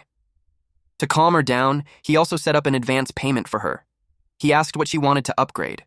Her options were level, gear, or skills. She replied that she wanted it all. The system notified that the dual feather greatsword had been upgraded. The system panel appeared on her too. It notified her that she had to complete the post-payment mission within 1 week. Upon completion, she would receive an upgrade to her cultivation experience, equipment, and skills. To begin the mission, she had to click the button to teleport to the corresponding secret realm. He couldn't believe she's leaving at once when there's a second mock exam. She doesn't see the point of that stupid test. It's nothing important to her. What only matters to her was to ascend in the end. And she doesn't care about what happens in between. And then she disappeared. Qianhui was amazed at how badass she was. He let her be since they got a school notification that they need to pick up their admission tickets for the second mock exam. The teacher asked them why they had just arrived when the other students had already got theirs a week ago. Hei replied that their brains were fried from the cram school, so they totally forgot. He asked where the exam hall was. She told him that there's a special magic seal on the ticket. He just had to channel his spiritual power into it, and it would teleport him to the exam site. He was amazed at how high-tech it was. Qingyan, the teacher, expressed that he made a name for himself in the last mock exam. He completely overshadowed all the other top students. His ranking shot straight up to first in the entire school. He replied that he just got lucky. She informed him that the exam would be among 10 schools, so the competition would be fierce, and he would run into some ruthless people who would do whatever it takes, so he had to be careful. The next day, Qianhui inquired if they would be on the same exam site. Hei had no idea because the sites were randomly assigned. He wished him to be safe and they'll see each other on the finish line. And then he left. The magic card glowed. Then he found himself in a forest. He wondered if that place was the secret realm. Giant Wood Forest. He read about it in the exam syllabus, but seeing it in person, the trees were way bigger than he ever imagined. A drone flew to him and notified him of the beginning of the exam. Somewhere in the forest, a shadow was cast over a student. It was from a hungry fifth-layer spirit guiding realm, Bear Fiend. The bear attacked him, and he responded with a punch. The bear was blasted away. It hit the ground. Meanwhile, in another place, one more bear became someone's punching bag. This student was Chibin number 6, middle school 3rd rank, Lai Junhao. The blonde cheerleaders celebrated him. He boasted that those monsters just served as his warm-up. He thought that he only lost to Hei in the first mock exam because he was careless, but he was confident that he wasn't any weaker than him. Suddenly, he felt a presence. It was from a 6th layer of the condensation realm, Glasses, Bear, Fiend. He saw the ferocious eyes and the scars all over its body. He could tell that it was a total badass that clawed its way to the top of the food chain. Its aura was just as intense as the Mushroom Fiend. The blondes hid behind a boulder. They were impressed that he's facing such a strong fiend. But little did they know his legs were trembling. He actually couldn't move his legs. He didn't realize that his PTSD from the previous exam was really bad. But then, the bear sensed something, and it started running away. Junhao wondered why. And there he saw our MC pass by him. The gust of him that Hai left threw his balance off. He couldn't believe that he just saw him. Hei was thrilled to chase after this cute little bear. It was like our boy was enjoying hunting these deadly bears. In the forest, there was a tree with a hole, and bloodstain was around it. Even some debris had blood on it. It was evident that there had been a fight. Junhao noticed something on the shrubs. What he saw made him pale. Behind that shrub were the corpses of several fiends. There were almost a dozen elite fiends, all at the 5th and 6th layers of the condensation realm. Hei wiped them out like they were nothing. He realized how naive he was for thinking that he could compete with him. Through mana projection, the scoreboard was displayed. Subject 2 was about to commence, so the examinees were told to prepare. At the moment, there were 100 over 72 examinees. The current rankings showed Zhang Jishi from number 1 middle school had 200 points, followed by Hei Xin of number 6 middle school who also has 200 points. On the 3rd place was Yu Ping from the 8 middle school with 198 points. Hua Qianqian of number 6 middle school with 186 points, and on the 5th place was Modin of number 7 middle school with 180 points. Yu Ping, from the number 1 in the number 8 middle school, couldn't believe that some people actually managed to turn a freebie monster into a suicide mission. Only the top 10 from each school were allowed to take the exam. He thinks they were a disgrace to their rank. He asked a beautiful lady, Xianhui, if she would agree. She simply ignored him and jumped to a tree. He used a ground-shaking technique. Then he chased after her. He watched her during Subject 1, and he could tell that she had a ton of potential. He asked if she thought of joining his family's sect. With her talent, he wanted to take her as his disciple as soon as he got qualified. That guy was stealing her kills earlier, and now he had been following her. She's getting annoyed at him. The Subject 2 had begun. Several armor-piercing bear claws were hidden throughout the field. They were tasked to collect 10 to synthesize an armor-piercing spear, which would greatly increase their chances of defeating the boss fiend. A guy on top of the tree commented that they made things so complicated when the boss fiend was just on the mountain peak. He used wind control wind stepping technique. This guy was Modin, the number 1 from number 7 middle school. He was a once-in-a-generation genius from the Mo family. He could ride the wind without even being in the golden core realm. He thinks he wouldn't need some armor-piercing spear. He went to the 10th layer condensation realm, sand-rending black bear fiend. He thought that the boss would be tough, but it was just as the same realm as him. He used wind control, stone-shattering astral wind, and he engulfed the monster in a tornado. The tornado continued. It even grew stronger, to the point that it cut the top of the mountain. Yuping couldn't believe that Modun had pulled it off. Modun was confident that he would get the points for Subject 2. Suddenly, he sensed a powerful aura. He immediately fled. The bear jumped towards him. He turned pale when he saw that it was completely unharmed. He tried to block it using wind control, wind wall. But the bear blasted him away. He was falling fast. An explosion happened in the air, and it threw him toward the trees. And he crashed on the ground. He was badly injured. The bear followed him. Yuping called him an idiot for trying to brute force the problem without reading the instructions. And now he even dragged the boss down there. But fortunately, it looked like it had no intention of attacking on its own. The armor-piercing bear claws were on the boss, but they needed to kill it. The mechanics were kind of messed up. The bear showed its claws. Suddenly, Yuping remembered some of the other elite bear fiends carried what he needed. It was pretty rare, but if he started searching, he thought he might have a chance. The other bear that he found raised its arms. He saw the incoming attack. When the bear hit the tree, it left a crescent hole in it. But unexpectedly, the bear was hit right on the chest, and it fell while blood splurts out from its body. It was killed by Yuping using a water ray attack. He checked the corpse since not every elite bear fiend has an armor-piercing bear claw. Those things were pretty rare. He realized it wasn't easy since he had killed a dozen elites and had just finally gotten one. Then he saw someone jumping from the tree. He saw the claws sticking out from her side. To his surprise, the beautiful lady he was chasing earlier already got 3. He got motivated to not fall behind. He unleashed a water gun barrage. Meanwhile, at some part of the forest, Hei was on the cliff. Then he noticed someone. It was Chen Hui, and she reported to him that she had already collected 6 armor-piercing bear claws, so if he doesn't have enough, he could get some from her. He appreciated the thought, but it wasn't necessary. He activated Advanced Pay, armor-piercing spear. She was in awe as he watched him. A polearm with tremendous aura materialized in his hand. In another setting, 3 water jets were fired simultaneously and hit the bear on its head, chest, and gut. When it fell, Yuping collected the claws. He was happy to have his 9th claw. He only needed 1 more. He checked the scoreboard, which showed the current collection progress. Wang Ping was first, followed by Zhang Jishi, then Hua Qianhui and Hei Xin weren't in a good place. Yuping realized that Hei, who was supposedly brute-forcing the extra-hard bonus monster, was totally washed up and the rumors were just a hype. He was determined to clear the exam this time. Suddenly, a warning that Hei had synthesized the armor-piercing spear came out. Yuping was surprised. Meanwhile, Qianhui was surprised that they could advance pay for that too. She was impressed with her master. Hei saw the guy with the wind magic from Mo's family and thought that he would come handy. He had checked, and it was open source, so there was no conflict on patents, and he could advance pay for it. And that's exactly what he did. He advanced pay for wind control, and it was confirmed by the system. The scoring for Subject 2 was based on how much damage each of the deals to the boss fiend. So, he planned that after he got the boss fiend's health bar down, Qianhui would jump in and land the finishing blow. In that way, they would both get the highest scores. She confirmed that she got it.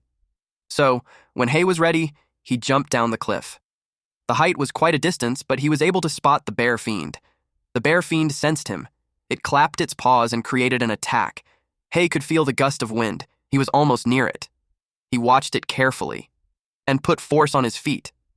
He dove right into it. He shone brightly while in the air. The bear had just watched him, and when he landed near it, its body was blasted away.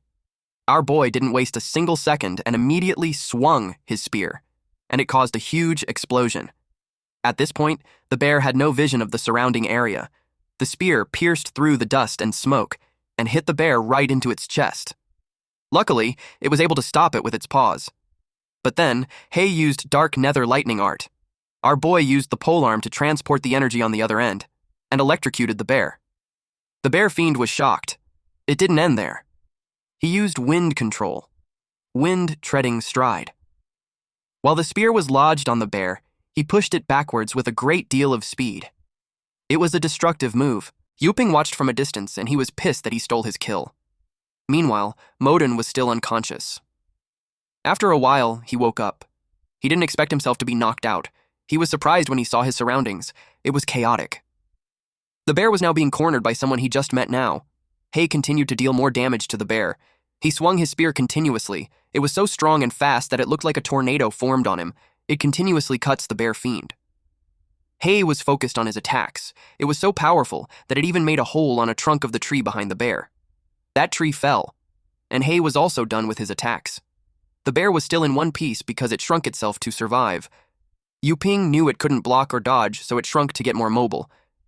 He wanted to see how Hei would deal with this. If he couldn't do it, he planned to step in and claim the prize. Hei had no problem hitting the bear, despite its smaller size. He scratched its forearms when it tried to block the spear. Then the bear prepared for a counterattack, and Hei blocked its fist with the handle of his spear. It may be smaller, but its attack power was still insane. It formed condensed ki armor on its arms. It didn't use that before, so Hei thought that the skill must have been incomplete and it probably couldn't cover the entire huge body. He also notices the double layer of physical and magical defense. Now he understood why the instructions said that it greatly increases the probability of passing, but it doesn't guarantee it.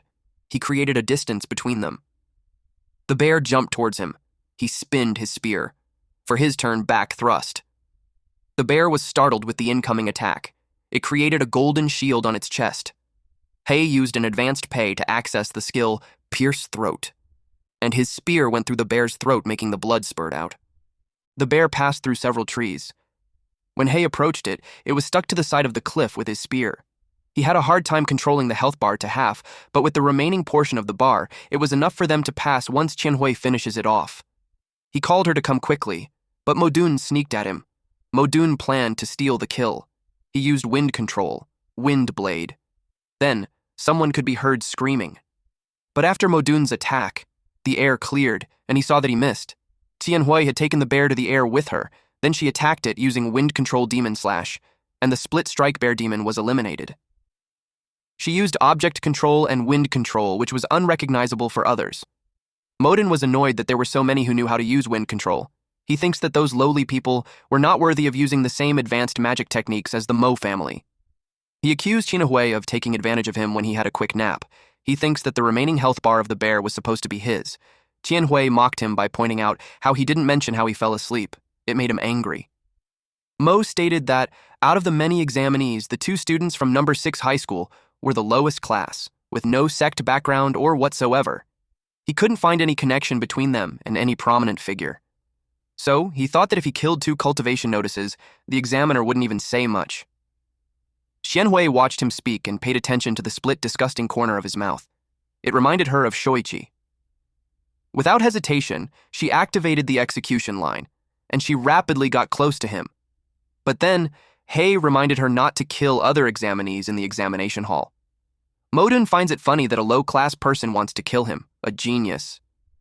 He used a wind control wind shield. She hit the wind shield. Modun infused that with his magic power so its defensive effect was indestructible.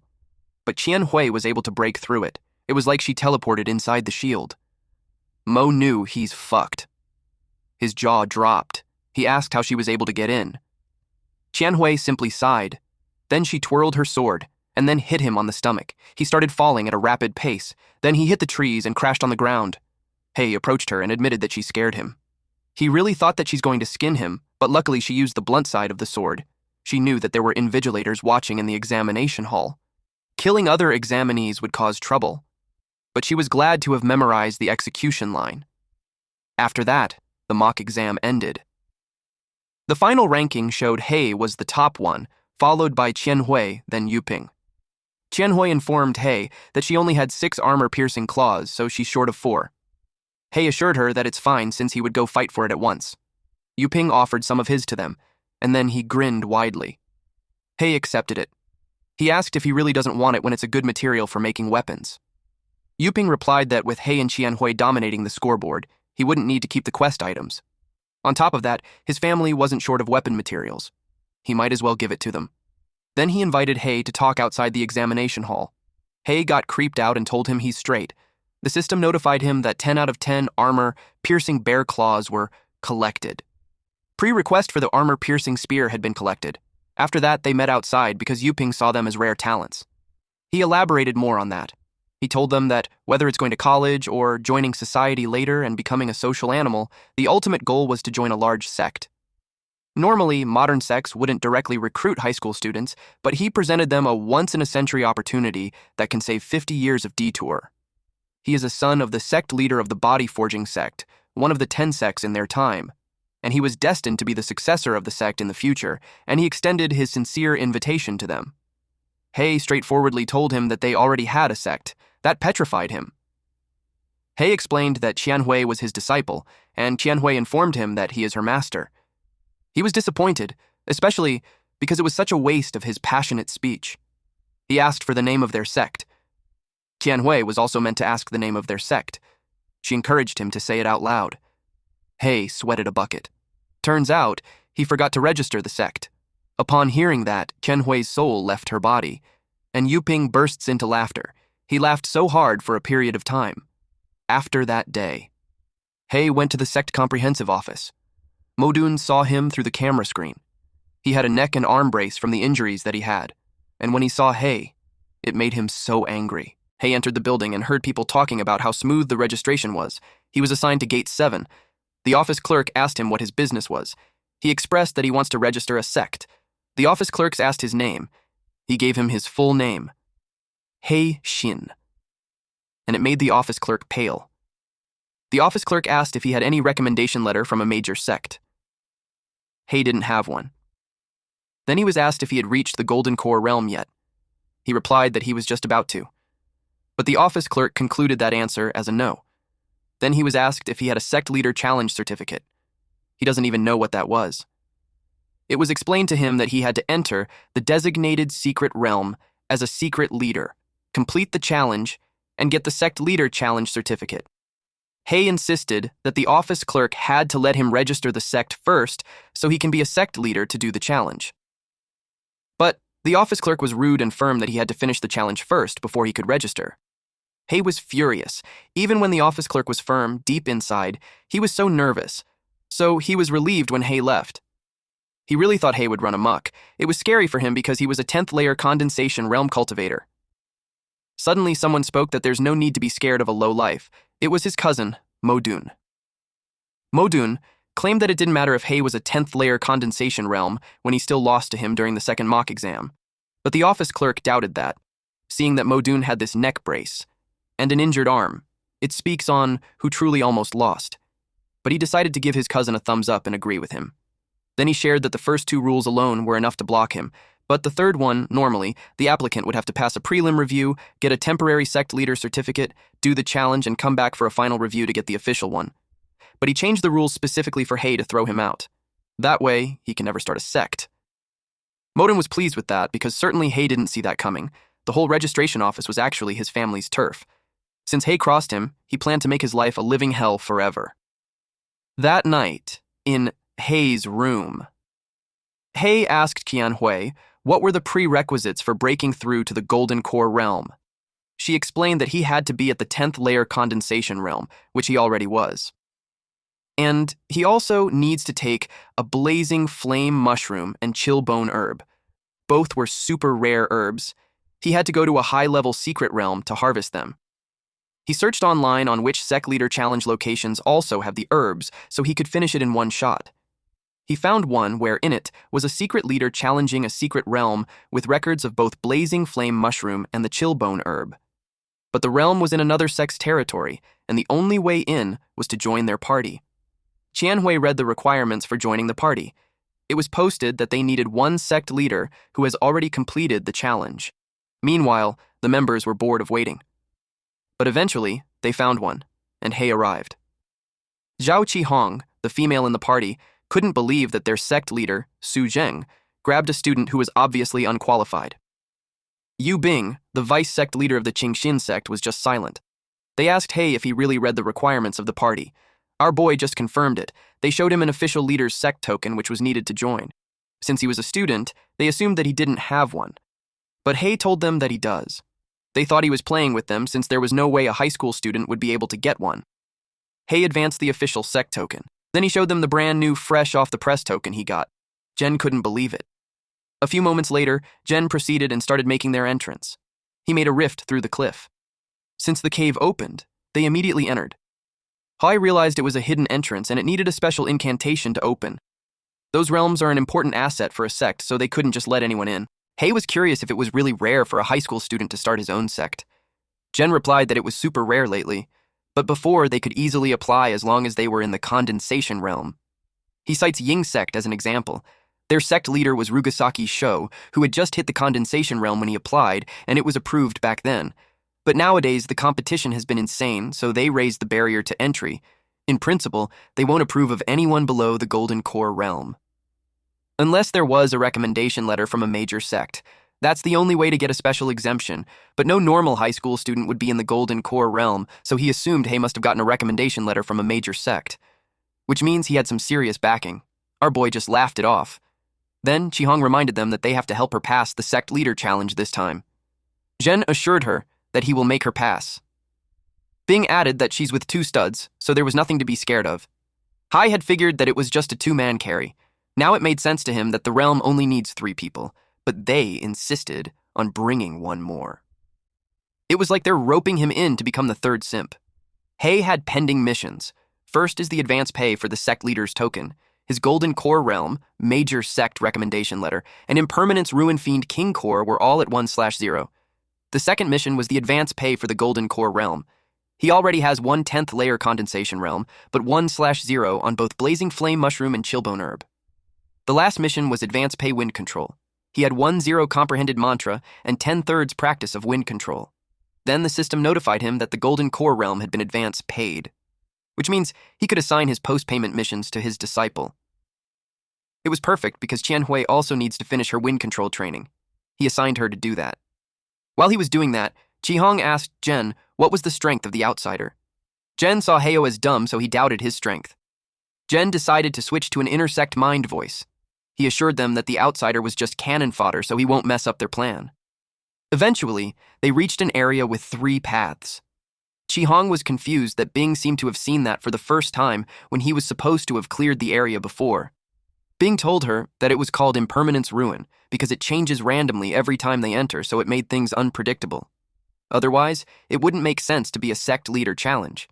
He pointed out that if it were that waste, then she wouldn't need 2 sect leaders like them to carry her. Then, Zhen used divine sense. It was to determine what was on those 3 paths.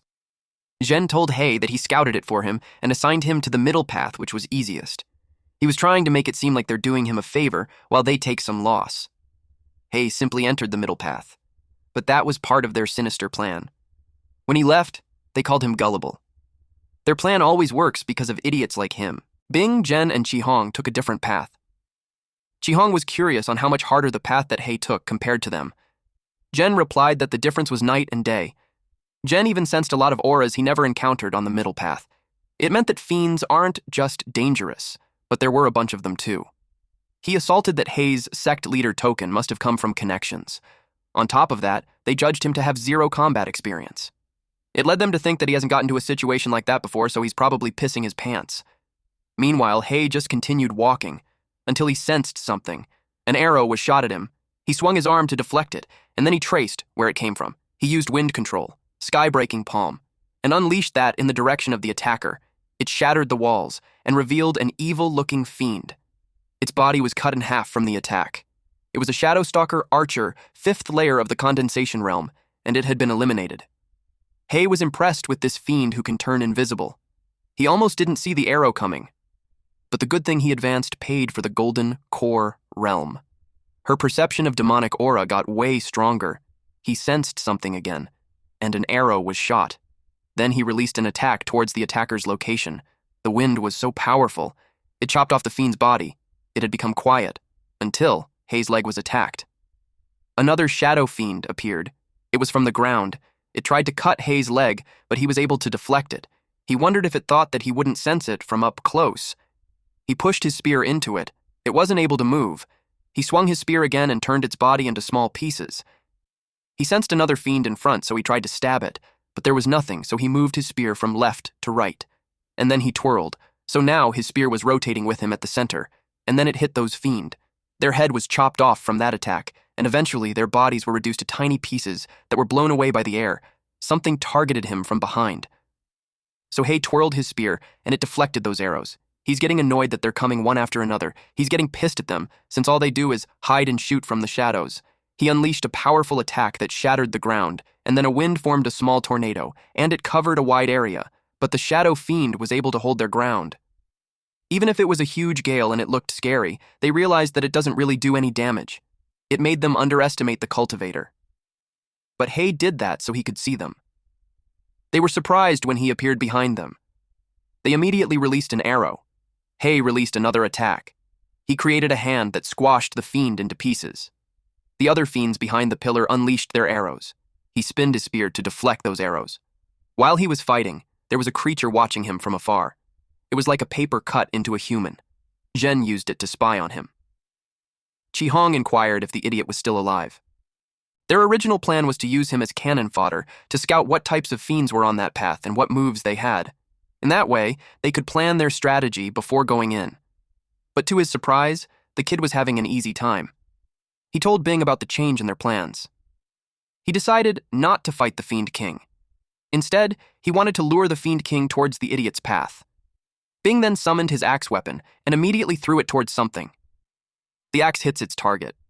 That creature emitted flames from the 2 holes in its body. The loud sound and the commotion it caused caught Hei's attention. I bet our boy already knew that they were just toying with him. Thank you all for watching. Please watch this next Giga Chad video, and I'll see you guys next time. Also, support the channel by joining the Summon Club membership. You can also support by just liking the video and being awesome.